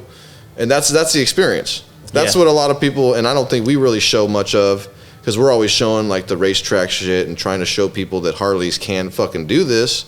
It's not like it's not a mystery, you know? Yeah, I almost think, how are they like with people that kind of want to come hang around and see it? I mean, is it like say if you and your boys went to the track and there was and you were doing the camping thing and, you know, someone wanted to come hang out and just be around it. Oh, bro, it's everyone's chilling. Okay. Yeah, it's like, dude, in the paddock area, like everyone camps and it's the pits, basically the pit area, You know, and bro, everybody, like, it's cool because a lot of people already know, everybody knows each other pretty much, but everybody's friends with everybody. They come up and ask me for tools, or, you know, we'll help people out with tools, people help us out. Like, it's a cool thing, and it's not like, oh, there's the sport bike guys and oh, there's the Harley guys. Like, all the sport bike guys are stoked. You know, they're like, whoa, I got a Harley too, bro. I didn't know you could fucking, you know. And some of them are like, so what is the point? What are you trying to, like, why don't you get a sport bike? And I'm like, because I ride Harleys. You know what I mean? That's it. And I've had sport bikes. I've owned sport bikes before, but I just don't like, you know. Yeah, it doesn't feel, especially if you like, it'd be different if you grew up riding sport bikes and especially like racing them, but like you were just ripping canyons with your boys, and that turned into like, fuck, let's take it to the track. So I owned a sport bike in Arizona, and I was like, what's the point of this thing, bro? I sold it. I had it for like a month or two, and I sold it. It's just like, I went like 170 on like a closed road. I'm like, okay, that's fast, and why do I need this? You know what I mean? Because I'm gonna use it all the time. The first time you have one beer. Yeah. Oh, fuck that. So I got rid of it. I already knew that I had to get rid of it. I've always told everybody, even though now the way we ride Harleys, it's kind of the same thing, but everything fun to do on a sport bike was illegal. Everything. Like, the only thing you could do is ride it 25% of its potential, and that's legal. Yeah. So that it belongs on a track. Yeah. That's the way I look at it. I thought it was really interesting to hear about, like, how the sport bike culture, even, you know, how the factory bikes that come out, how they became such awesome bikes, period, like with so much technology and with braking and suspension. It's all coming from racing. So I thought that was interesting, just, you know, and maybe if, you know, 10 years from now, if this thing pops off, then who's to say that we don't get real Brembo brakes from fucking Harley, you know, real radial, you know. Yeah, I mean, I know Harley's watching what I'm doing. Yeah. You know what I mean? I know that there's a lot of people seeing what we're doing. It's not very, like I said, it's not cool, but it's fucking just like I'm sure sport bike racing in the beginning, when they started sport bike racing, you know what I mean? Like, it wasn't a big fucking thing. You know, it wasn't MotoGP when it started. Yeah. I'm sure, you know.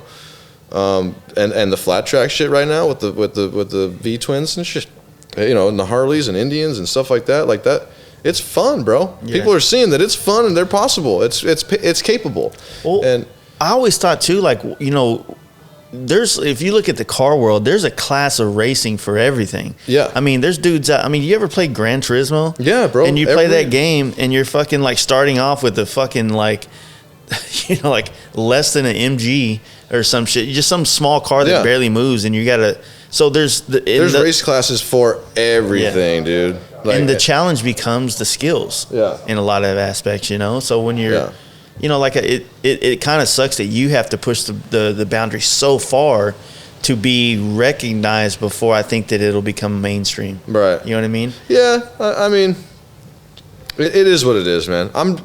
I used to be out there trying, like, in the past, I really tried to, like, push it and show people, and I really wanted to fucking pop off and be huge, you know what I mean? I think it will be there eventually. Yeah. I think it will be there. And I stopped trying to make that happen and just focus on racing. Because I go, you know what, man? All the sport bike shit, all the custom shit people put on their bikes in the sport bike world comes from fucking racing, bro. Yeah. And there's no Harley road racing. And there's all these performance Harley Davidsons. I like the look on your face. So that's what I'm saying. Like, it's time. It's a good time to start road racing Harleys. Yeah. Because these bikes are capable. And a lot of the money, and that's the number one thing is, I don't want to fuck my bike up. Here's the deal. You're 90% more likely to fuck your bike up on the canyon. You just don't even realize it. Yeah. You know what I'm saying? You ride that every day. You ride that all the time, and you're always getting crazy and doing, you know, or whatever. Even on the street, getting hit, T-boned, whatever, you're more likely to crash. Yeah. On the racetrack, it's you. And you're, like, it's you. It's if you're crashing, it's 99% your fault. Yeah. Because you pushed it too far. So you just got to chill. You know what I mean? So it's just like a battle. Most of it is just a battle within the individual. Like, I don't know if I can be chill on this fucking nice bike, but you can't. You ride it like it's on a racetrack 90% of the time anyways. You know what I mean? Whether it's on the freeway or the canyons or whatever, just take it to the track and try it. You know what I mean? That makes a lot of sense. So I do agree. I know that I've pushed it around some corners that I was like, fuck, man, I don't know how I did that. If there was gravel, if there was a little bit of washout, I would have been fucked. Yeah, no, and that's a constant. Yeah. Whether you're riding or whether you're pushing those limits or just cruising. The other thing is like, you know what I was talking with some people about is like, I'm never riding the same corner again on the road. Like when you're going down a road, like you're literally going down this canyon, so you're from one end to the other, and then maybe you leave. And like when we go on road trips, because we ain't got no canyons or anything like that in Dallas. Yeah. You go down this road and you're not coming back down and you're continuing on the trip. So it's like if you're on a track and you're getting a chance to hit that corner again and work on your line and work on your your entrance and exit speeds and stuff like that. So I see it, man. I need it. But if you're out there on the track and not even worrying about your entry speed and saving seconds and all that shit, when you're going to learn how your bike handles in different situations. In all different situations, you are going to now understand your bike better. Yeah. So when you do go hit a road that you've never been on and some shit pops out in front of you, now you know what happens when you're leaned over and you hit the brakes. And you know how much you can hit the brakes, how fast and how hard. Or like, dude, you can hit the brakes when you're leaned over, but there is a percentage that you can, as far as you're leaned over, is as much. There's a chart. Yeah. Let's just say. And if you want to learn more about it, you can find out about it. But like, I'm like the champ school and people that road racing schools that I follow and try to learn from, like it's crazy, bro. And that right there is going to help you not go off the road on some random fucking canyon when you're on a road trip. Nice. You know what I mean? That's how I feel. Like you're going to be more confident on your bike on the road. Period. Yeah. So that makes sense, man. Like I said, I need to just, I'll probably look into it before we release this podcast and see if there's some dates in Dallas and see if I can get some people together. Yeah, bro. Just do it. At least go watch. Yeah. Because go watch, bro. Don't even sign up for the fucking track day.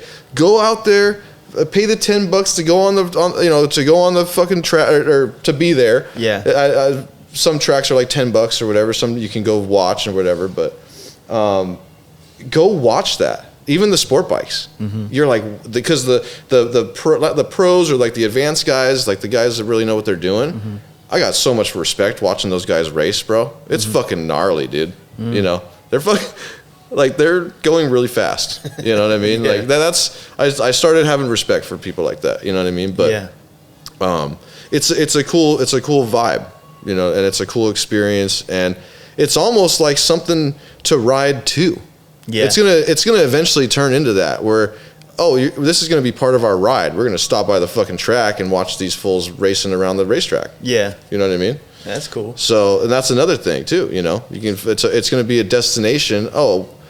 You might not want to fucking ride on the track, but your homies are going to ride on the track. So you're going to ride out there and camp and party and fucking chill and drink beers while your homies are riding. That's what I was kind of. You bring the motor home and fucking camp out, or you just do a camp out at the racetrack. That's what I want to do one day. That's not a bad idea. But that's basically what we do when we go out there. It's a camp out at the racetrack every fucking time. Just with a bunch of random people. Nice.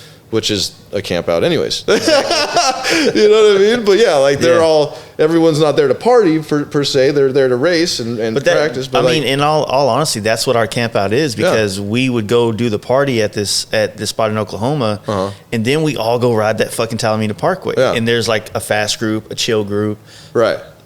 A group with the old ladies on the back. And there's all these different tiers that are hitting those I was always the guy in the front being like, hey, don't try to keep up. Yeah. I'm going to stop at every fucking turn. Yeah. And, I won't lose you guys. Just don't try to keep up, please. Yeah. And then one time, bro, I was riding with a couple older gentlemen. Yeah. And this guy told me that. And that fool smoked me. He wasn't on a Harley. He was on a different bike, but like, I was like, damn, someone finally told me that shit. You know what I mean? I was like, all right, you had to wait for me and shit. Cool. But that's how it is. Just how you explained it right there. Yeah. That's how the racetrack is, dude. That's awesome, man. There's the fast group, there's the intermediate group, and then there's the beginners. You know what I mean? That's basically the same freaking thing. So it's just they go on the track at different times because they don't want people hitting each other and crashing. Yeah. So yeah, it's start in the beginner group. Even if you think you're fast as fuck on the track and on the street, start in the beginner group. At least get that under your belt and go from there. And they base it off of lap times, right? Is what you can. No. They off of experience. If you want to sign up tomorrow, you can sign up for the advanced group. They're gonna tell you like, hey, bro, you've never been to the track, you can't ride in the advanced group. But like, you could probably sneak onto the advanced group. I don't recommend that. Yeah. You know what I'm saying? Like, start with the beginner, because that's what I did. I was in a beginner group for a fucking year. Yeah. I thought they had to advance you to the next group. So me and Eric, Jiffy Tune, we were sitting there just riding in the beginner group every time. Eventually we were passing everybody because they're beginners. And, but, you know, we got to the point where it was annoying and we weren't able to get any better because it was just passing slow people. And we're like, hey, when do we get to advance? And they're like, just sign up for the B group. And we're like, oh, okay. You know what I mean? So it's not that intense. You know what I mean? Like, but yeah, I would recommend signing up for the beginner, even if you're an excellent rider and think you're the shit, like I did. Still do that because they're gonna show you, exit to get on the track and to exit the track and do all that shit safely without fucking killing someone else. It's important too. Yeah. Those are good things to think about too. Yeah. You know, you're not like me. I was like, dude, I'm gonna go shred. You know what I mean? Like, no, it's dangerous because you know you do something stupid, you can fuck somebody else up, and you don't want to be that guy, bro. Yeah, you're at the racetrack. You know what I mean? Like, hey, I thought it was gonna be okay here. Yeah. No. Yeah, dude's just cutting across the whole. Yeah, you want to fuck somebody up just because you got on the track going super slow, and these guys are coming in at 150 miles an hour. It could be very dangerous. You know. Yeah. So I don't know, man. It's interesting. I want to get into it. You know, like I said, I knew as soon as I talked to you, that it's going to reignite that fucking, you know, want. But no, I think that it could be something like that. It could be that day ride, that day experience, that day. Yeah, because there's a few tracks that are close to here. They're like maybe a couple hours away. Yeah, like a good ride, like what we would normally do, going to a few places around here and shit. You know, an hour to get here or 2 hours to get there, and then 2 hours back. Like, we would go do that just to go to a bar or go somewhere and go to a restaurant or whatever, and then. Why not do that? Because like the Willow Springs, they got a dope fucking diner, like an old school 50s diner, good food, like a cool place to kick it. Yeah. So like that's why eventually we're gonna get people to like ride out there and have fun. And you know what I mean? Yeah, that'd be cool as hell. And it's one of the track days we go to now, they do like $20. You don't have to be suited up, and you go a sighted lap for 3 laps around the track. Okay. For like $20. That's just to feel. Like, oh, this is just so you can be like, oh, wow, I need to come back and put a suit on. Kind of like getting those jitters out, man. Yeah, because that's all it is. Once you get, for me, I knew that's what I wanted to do. Yeah. But for a normal person, like, yeah, it's nerve wracking. But once you get out there and you're like, wait a minute, this is like, turn 8 at Big Willow. All I think about is like an on-ramp on the freeway or like a big ass like exchange. I'm hitting it at like 100 plus, you know, it's just a big fucking freeway with no cars and, you know, an open lane, you know. Yeah.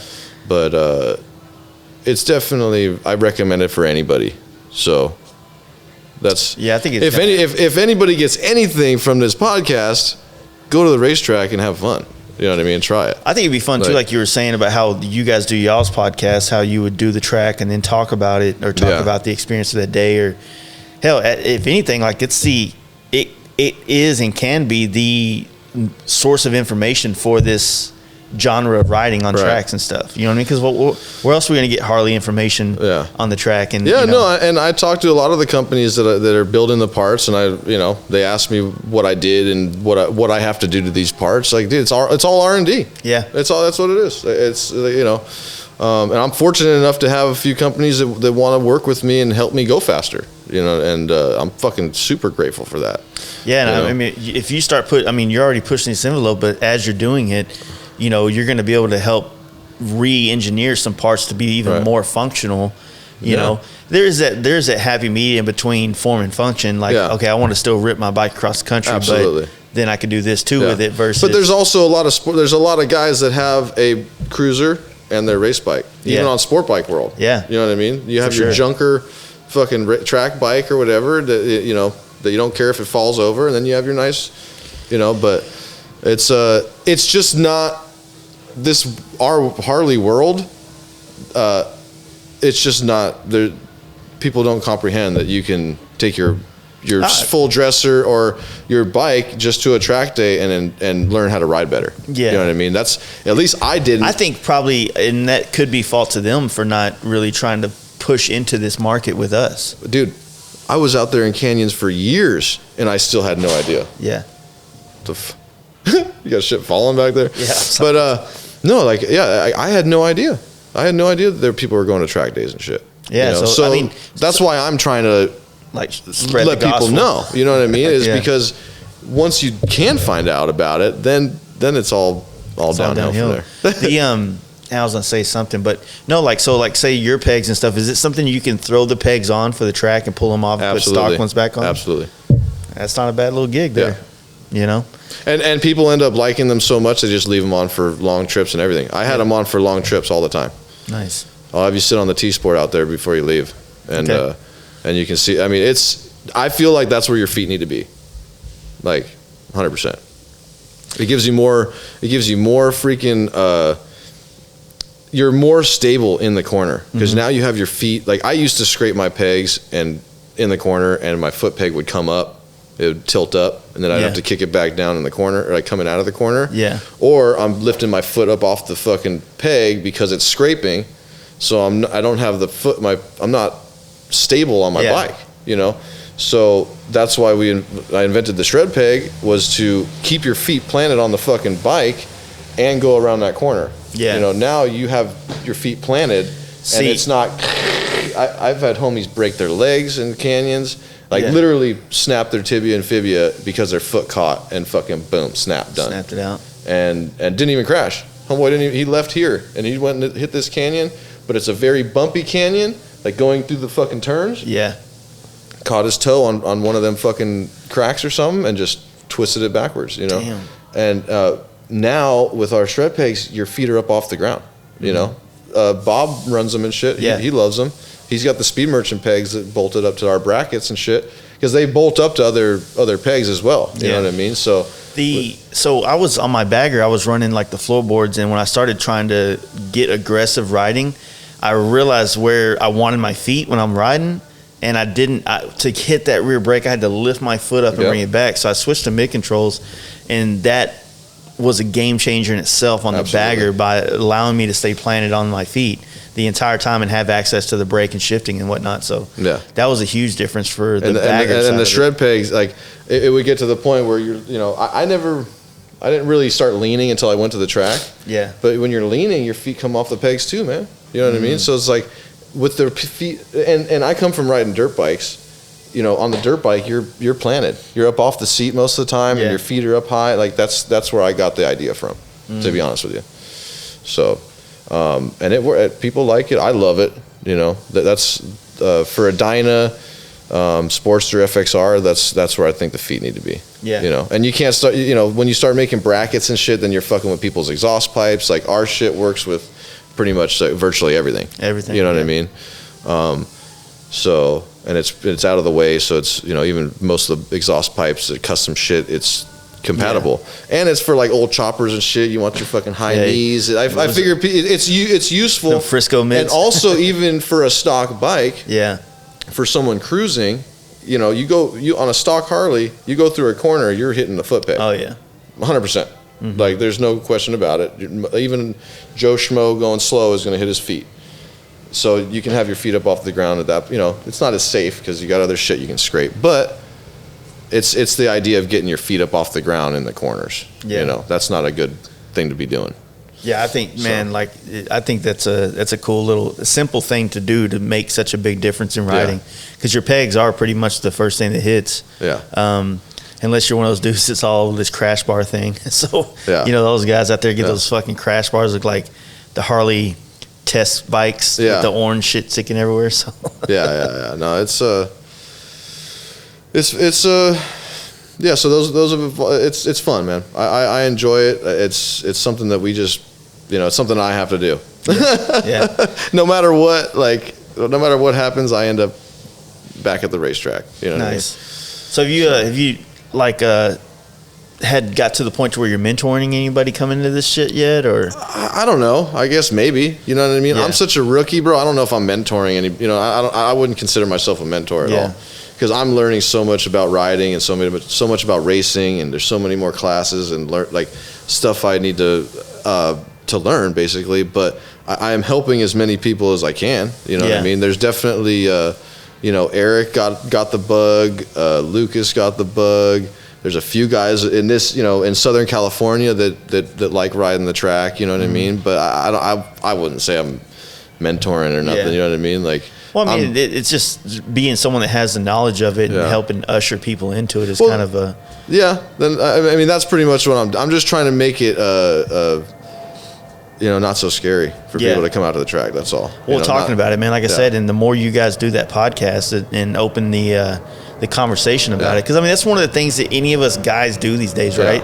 No matter what we get into, the first fucking thing we do is we go to YouTube.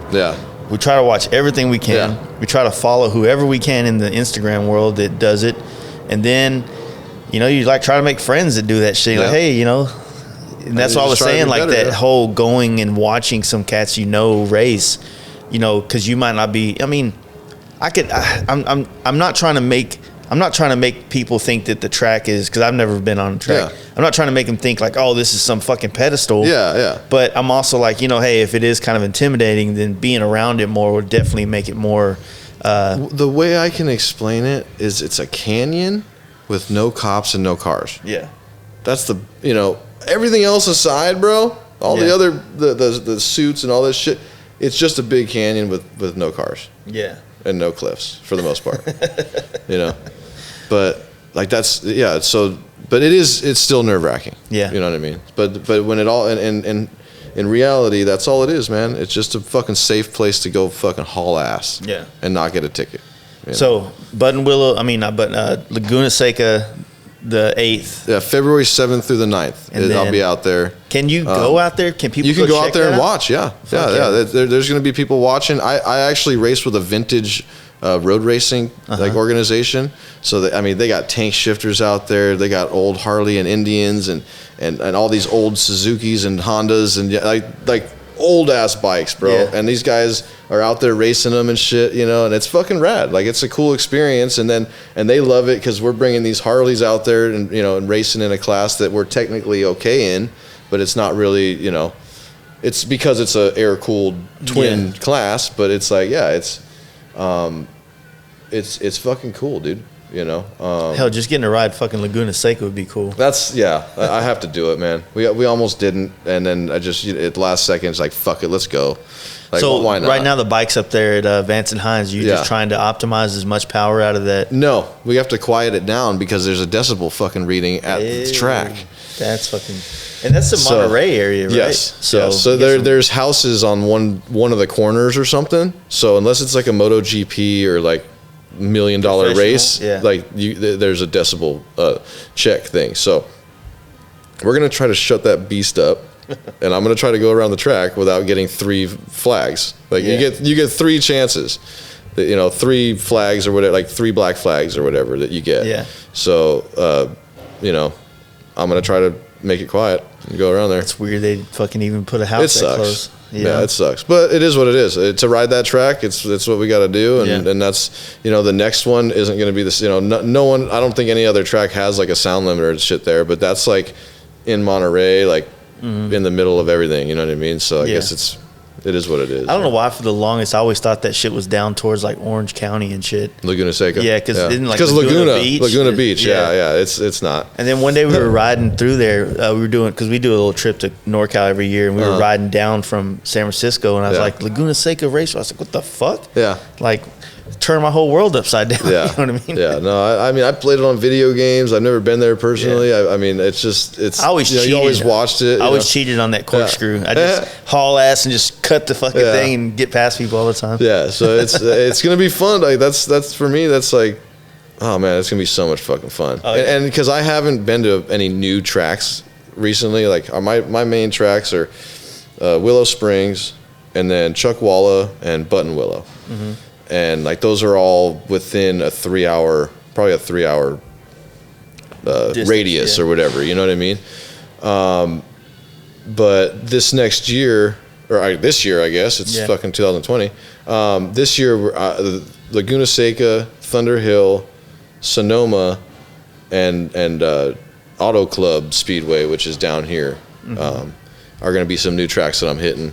With the other tracks, I'm going to be going with ARMA, because ARMA is a all around the country thing. Okay. You know what I mean? So there's like a race in New Jersey that we might try to go to, and then there's the race at Barber, which is like the big fucking race. What's probably what to help expand that would be like helping get sponsors. That'd be something that could help make some of those events more? That's what I've been doing. I've been trying to hit up sponsors. There's a lot of people that just want to, and I do have some sponsors, but there's not any financial sponsors. Yeah. You know what I mean? The Shred Moto Co. is the financial sponsor for what we're trying to do. There's been a few people to throw us some help, you know, and very grateful for everybody that's willing to help, whether it's parts to help me ride safer and faster, or, you know, or the money. But yeah, obviously sponsorship is what helps any kind of racing race more. But yeah, we would be racing more if we could, if we had more sponsors, you know. But but I mean, you're open to them, right? Absolutely. Okay. Absolutely. I was sending out sponsor packets for the past 3 years before, you know, and even though we were just some fucking dudes on Harleys racing, you know, I was trying to do a race team and trying to do all this shit, you know. But now I'm just like, I mean, if you focus on yourself, but also focus on creating content for this stuff, for it to be a visual thing that people can kind of see, I think that's golden there. Yeah, that's what I'm focusing on now, actually. Yeah. You know, that's what we're trying to, until people start knocking on the door wanting to get work done, we're using this place for content, you know. So, and just trying to show, you know, I guess I don't really do very good at showing people the whole aspect, you know what I mean? Because I'm just focused on the racing. All my videos on YouTube are all just on the racetrack. There's a few of them like in the pits and stuff, but it's pretty much all just the bikes on the racetrack. I think that's a good idea to show the party of it, not necessarily the party, but just those get the most views on YouTube, bro. Is like not the racing part of it. You know what I mean? Because that's what's cool about it, is the actual chilling and all the other people out there doing the same kind of shit, you know, and enjoying fucking being somewhere. Shit, man, that's crazy. I hope, man, hopefully that, just like a lot of things, man, like that the people can start seeing it as an opportunity to help grow something that's new. I mean, when stunt riding came out, it seems like everybody just started pouring money like fucking, you know, like queso on that shit. Right. You know what I mean? Yeah, because it's a good show. It's a good show. It's hard to get out and watch a road race. You know what I mean? It's hard, even fucking MotoGP and shit is like struggling to fill seats, I'm sure. You know, like it's hard to go watch the road race because you only get to see a little part of it. You know, they're racing all the way around this whole thing, and you only get to see this little bit. But I think maybe the aspect of it is, I mean, obviously it is that it's something that everybody can do and experience. Yes. I mean, even if they're not racing, they're just using the track to optimize their riding abilities. You know what I mean? So it's like, if companies were to help sponsor you, which helped influence people to get on the track, which helped create more safe riders, it just fucking goes hand in hand. Absolutely. I didn't do any sponsorship packets or anything. I didn't send shit out this last year. Yeah. I just said, you know what? we're just gonna do what we can, and see how it goes. Yeah. You know what I mean? And instead of fucking trying to ask everybody for help, and I just said, you know what? Let's just do what we do. It can take a lot of energy too to be playing the business role. It is, you know, because sometimes and the racer role and the fucking, the mechanic role. It's everything right now. Oh yeah, dude. I mean, we deal with it with the podcast, man. So trying to play the host, the organizer to get guests on, the director, the fucking writer, and then just thinking. I mean, when you walked up here, you already were thinking about shit like of what you wanted to talk about and shit like that. So I mean, it takes time to even to do all that shit, bro. Like, it's, dude, like if I was way more, I'm trying to get to like if once I get time to start doing more research on people before I come on, then I'll be a lot more. I have a notepad right here. Right. And I've done it before on people that have no idea about them. I've done that. But, you know, I figured, like, for the most part, like, I'm interested in this shit. So as soon as you start saying shit, then, oh, fuck yeah. So that, man, like, go back to that because I'm interested in that. It helps kind of carry the conversation. But, you know, like I said, it's a lot of work from what you do to how you're trying to cultivate a fucking genre of biking, motorcycling, if you will. And I get it, man. So I think that it hurts my business because, like, all last year, the year before, all of our money that we made went into racetrack shit. Yeah, it's not cheap. It's not cheap to race. It's cheap to go out there and learn, but racing becomes a and that's what I think people are kind of familiarizing with is like my journey and what I'm doing, which is a full race bike and it's out there. It's not like what everybody has. Like people like my Dyna, you know, all you got to do is tape up the lights and go out there and ride. Yeah, you don't have to take the lights off and do all that shit. All you do is tape up your lights and go ride. You know what I mean? If it's if it's your street bike, you don't have to do anything to go out there and have fun. But you know, that's what I'm showing what I'm doing, and it's an extreme. It's definitely the extreme. And so it costs a lot of money and it probably scares a lot of people, but I'm hoping with the Sportster that we get out there like that, I'm hoping that the Sportster is going to be like my mini practice race bike, you know what I mean? And I hope that building one of those shows people that it's fucking, you know, hopefully we can do one for like build one for around $5,000 and it's a cheap little track bike, you know, instead of a fucking $20,000 starting off track bike, you know what I mean? But 10, 12, but hey, bro, you'd be surprised. The guys out there on the track, they're riding bikes that are fucking expensive, man. There's some guys out there racing these bikes and they're not cheap, you know? So, but in the sport bike world, at least, you know? Exactly. But yeah, man, I think it's cool. And I'm glad we got to talk about it. You know? I didn't know you were this fucking close to. For those listening, like I'm over at Valley Customs, like hanging out with Gerald, and we're just kind of shooting the shit. And I'm like, all right, man, I got to go see this guy, and I walk out, and I'm turning the corner, and then I saw the fucking the tent that said Shred Moto, and I was like, you said you were around like down the street from him. I didn't know you was like the next building door, over. Yeah, no. So I'm like parked right by your spot and shit. I'm like, what the fuck, man? What's up, man? We're rolling a fucking crash sport bike. I'm like, but no, yeah, dude. We've been here for a while. Jared moved in there a few years ago, but our shop was already kind of not really a shop that much anymore. You know what I mean? So, but yeah, dude, we're super close to him. He's got our fucking, he's doing our Cerakote on our axle blocks right now. Nice. So hopefully, I saw them over there. Yeah. That big box of brand new. Yeah. Saw that. So those are getting Cerakoted so we can get everybody their axle blocks. But yeah, no, it's, trying to figure out racing, trying to figure out business. I'm all this right here. We're learning. You know what I mean? Like inventory and trying to keep the inventory up and packaging and shipping and problems and dude, just it's tough. And then trying to fucking road race and maintain family and work life. I get it. It's but it's I do like to tell people and explain to people it's worth it. You know what I mean? It's fucking fun. Like, but us people that like to do shit like this, how it is. I fucking burning totally the candle at both ends, and fucking, where it's like, shit, we're both on a time crunch right now, but yeah, no, it's because we love doing the shit, For sure. So, well, hey, tell everybody where to go check out your YouTube and all that shit, man. So YouTube, we have a bunch of videos on Moto HD Racing, and we have an Instagram for that as well. That's kind of turned into like what we're trying to build as the community, as a community thing, but like almost like the Harley road racing thing. Okay. The Moto HD Racing is kind of like the class that we're gonna try to start to make. But yeah, we have Moto HD Racing on Instagram and YouTube. Shred Moto Co. on Instagram and YouTube and Facebook. That's where you get our parts and see a lot of our shit and and then Shred Moto Garage and shit. That's our just this place. What's the podcast name for everybody again? It's the Shred Show. Shred Show. Yeah, and that's on. That we don't have an Instagram or anything like that, but that's on iTunes, I think. Okay. And yeah, if you can listen to us bullshit about road racing Harleys, and and we try to like do interviews and stuff with other people on the track and stuff like that too. But we got busy doing other stuff, and you know how it is. Yeah.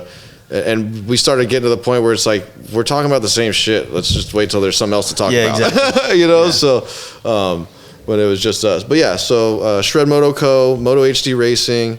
That's pretty much You don't have a website or anything? Yeah, shredmotoco.com is cool. where you can get all of our parts and shirts and stickers and stuff. So, all right, man. Well, I appreciate it. So, hell yeah, bro. Cool.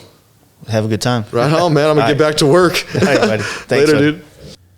Yes, sir. I hope you guys enjoyed that. Thank you, Tony, for sitting down and sharing some of that bit of your history. So anyway, thank you guys for checking this out. Please take some time out to check out our sponsors, SimpsonMotorcycleHelmets.com, TeamDreamRides.com, BigBearPerformance.com, PaintHuffer.com, and FastLife12 for 10% off anything you get off that website. ShopTmax.com, Lexan-Moto.com, and FastLife for 15% off your order. And my dude, BoostedBrad.com, FastLife at checkout for 5% off. And once again, just wanted to remind you guys that we have been putting so much effort into taking your Patreon and our sponsorship money to help grow this podcast, and we have done so with the video side of things. And so I'm looking forward to having more guests make a little bit of effort to come to Dallas and be a part of this experience, to sit down and do video stuff. And like I said, we've done one so far with Danger Dan. So if you want to go check out episode 123 of our podcast, it is on YouTube. And once again, you can get onto our YouTube by simply going to our website, fastlifegarage.com, and there's a link on the homepage. Take you right there. Subscribe, like, and if you guys don't mind, any place you listen to this podcast on, rate it, write a review, tell me I suck, tell me I'm great, whatever you want to do. But, the greater ones do help us kind of get more reach and become more recognized in the podcast spectrum. So all that stuff is much appreciated from this end, and we're working towards getting more and more giveaway stuff for our Patreon supporters, and hopefully you guys can find some value in that to help us out. And the ones of you that have, I really appreciate it, and I hope that you feel like you're getting your money's worth. So anyway, thank you guys. We will be back probably Thursday with a great podcast where we had the East Coast and West Coast come together right here in the middle. We had John Jessup from Dream Rides. I'm about to say his website. And we had Jason, Speed Metal Built. He has a podcast as well. He has Cycle Stop USA in Lakeland, Florida.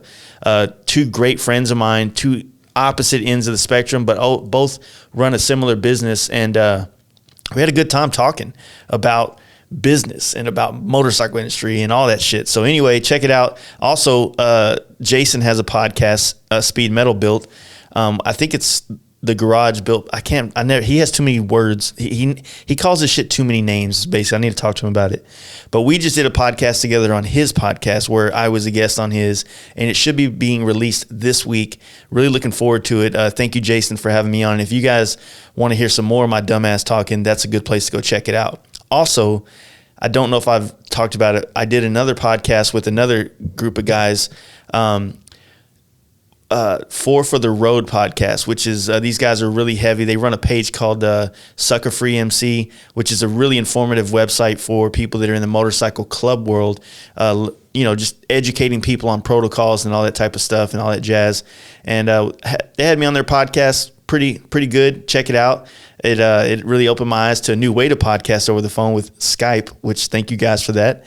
But anyway, check them out. These are some other guys coming in. Want to thank everybody for checking this out. Also, want to say, hey, welcome to the podcast world, to Speed Kings, out there doing their thing. Hope you guys, find some happiness in this shit.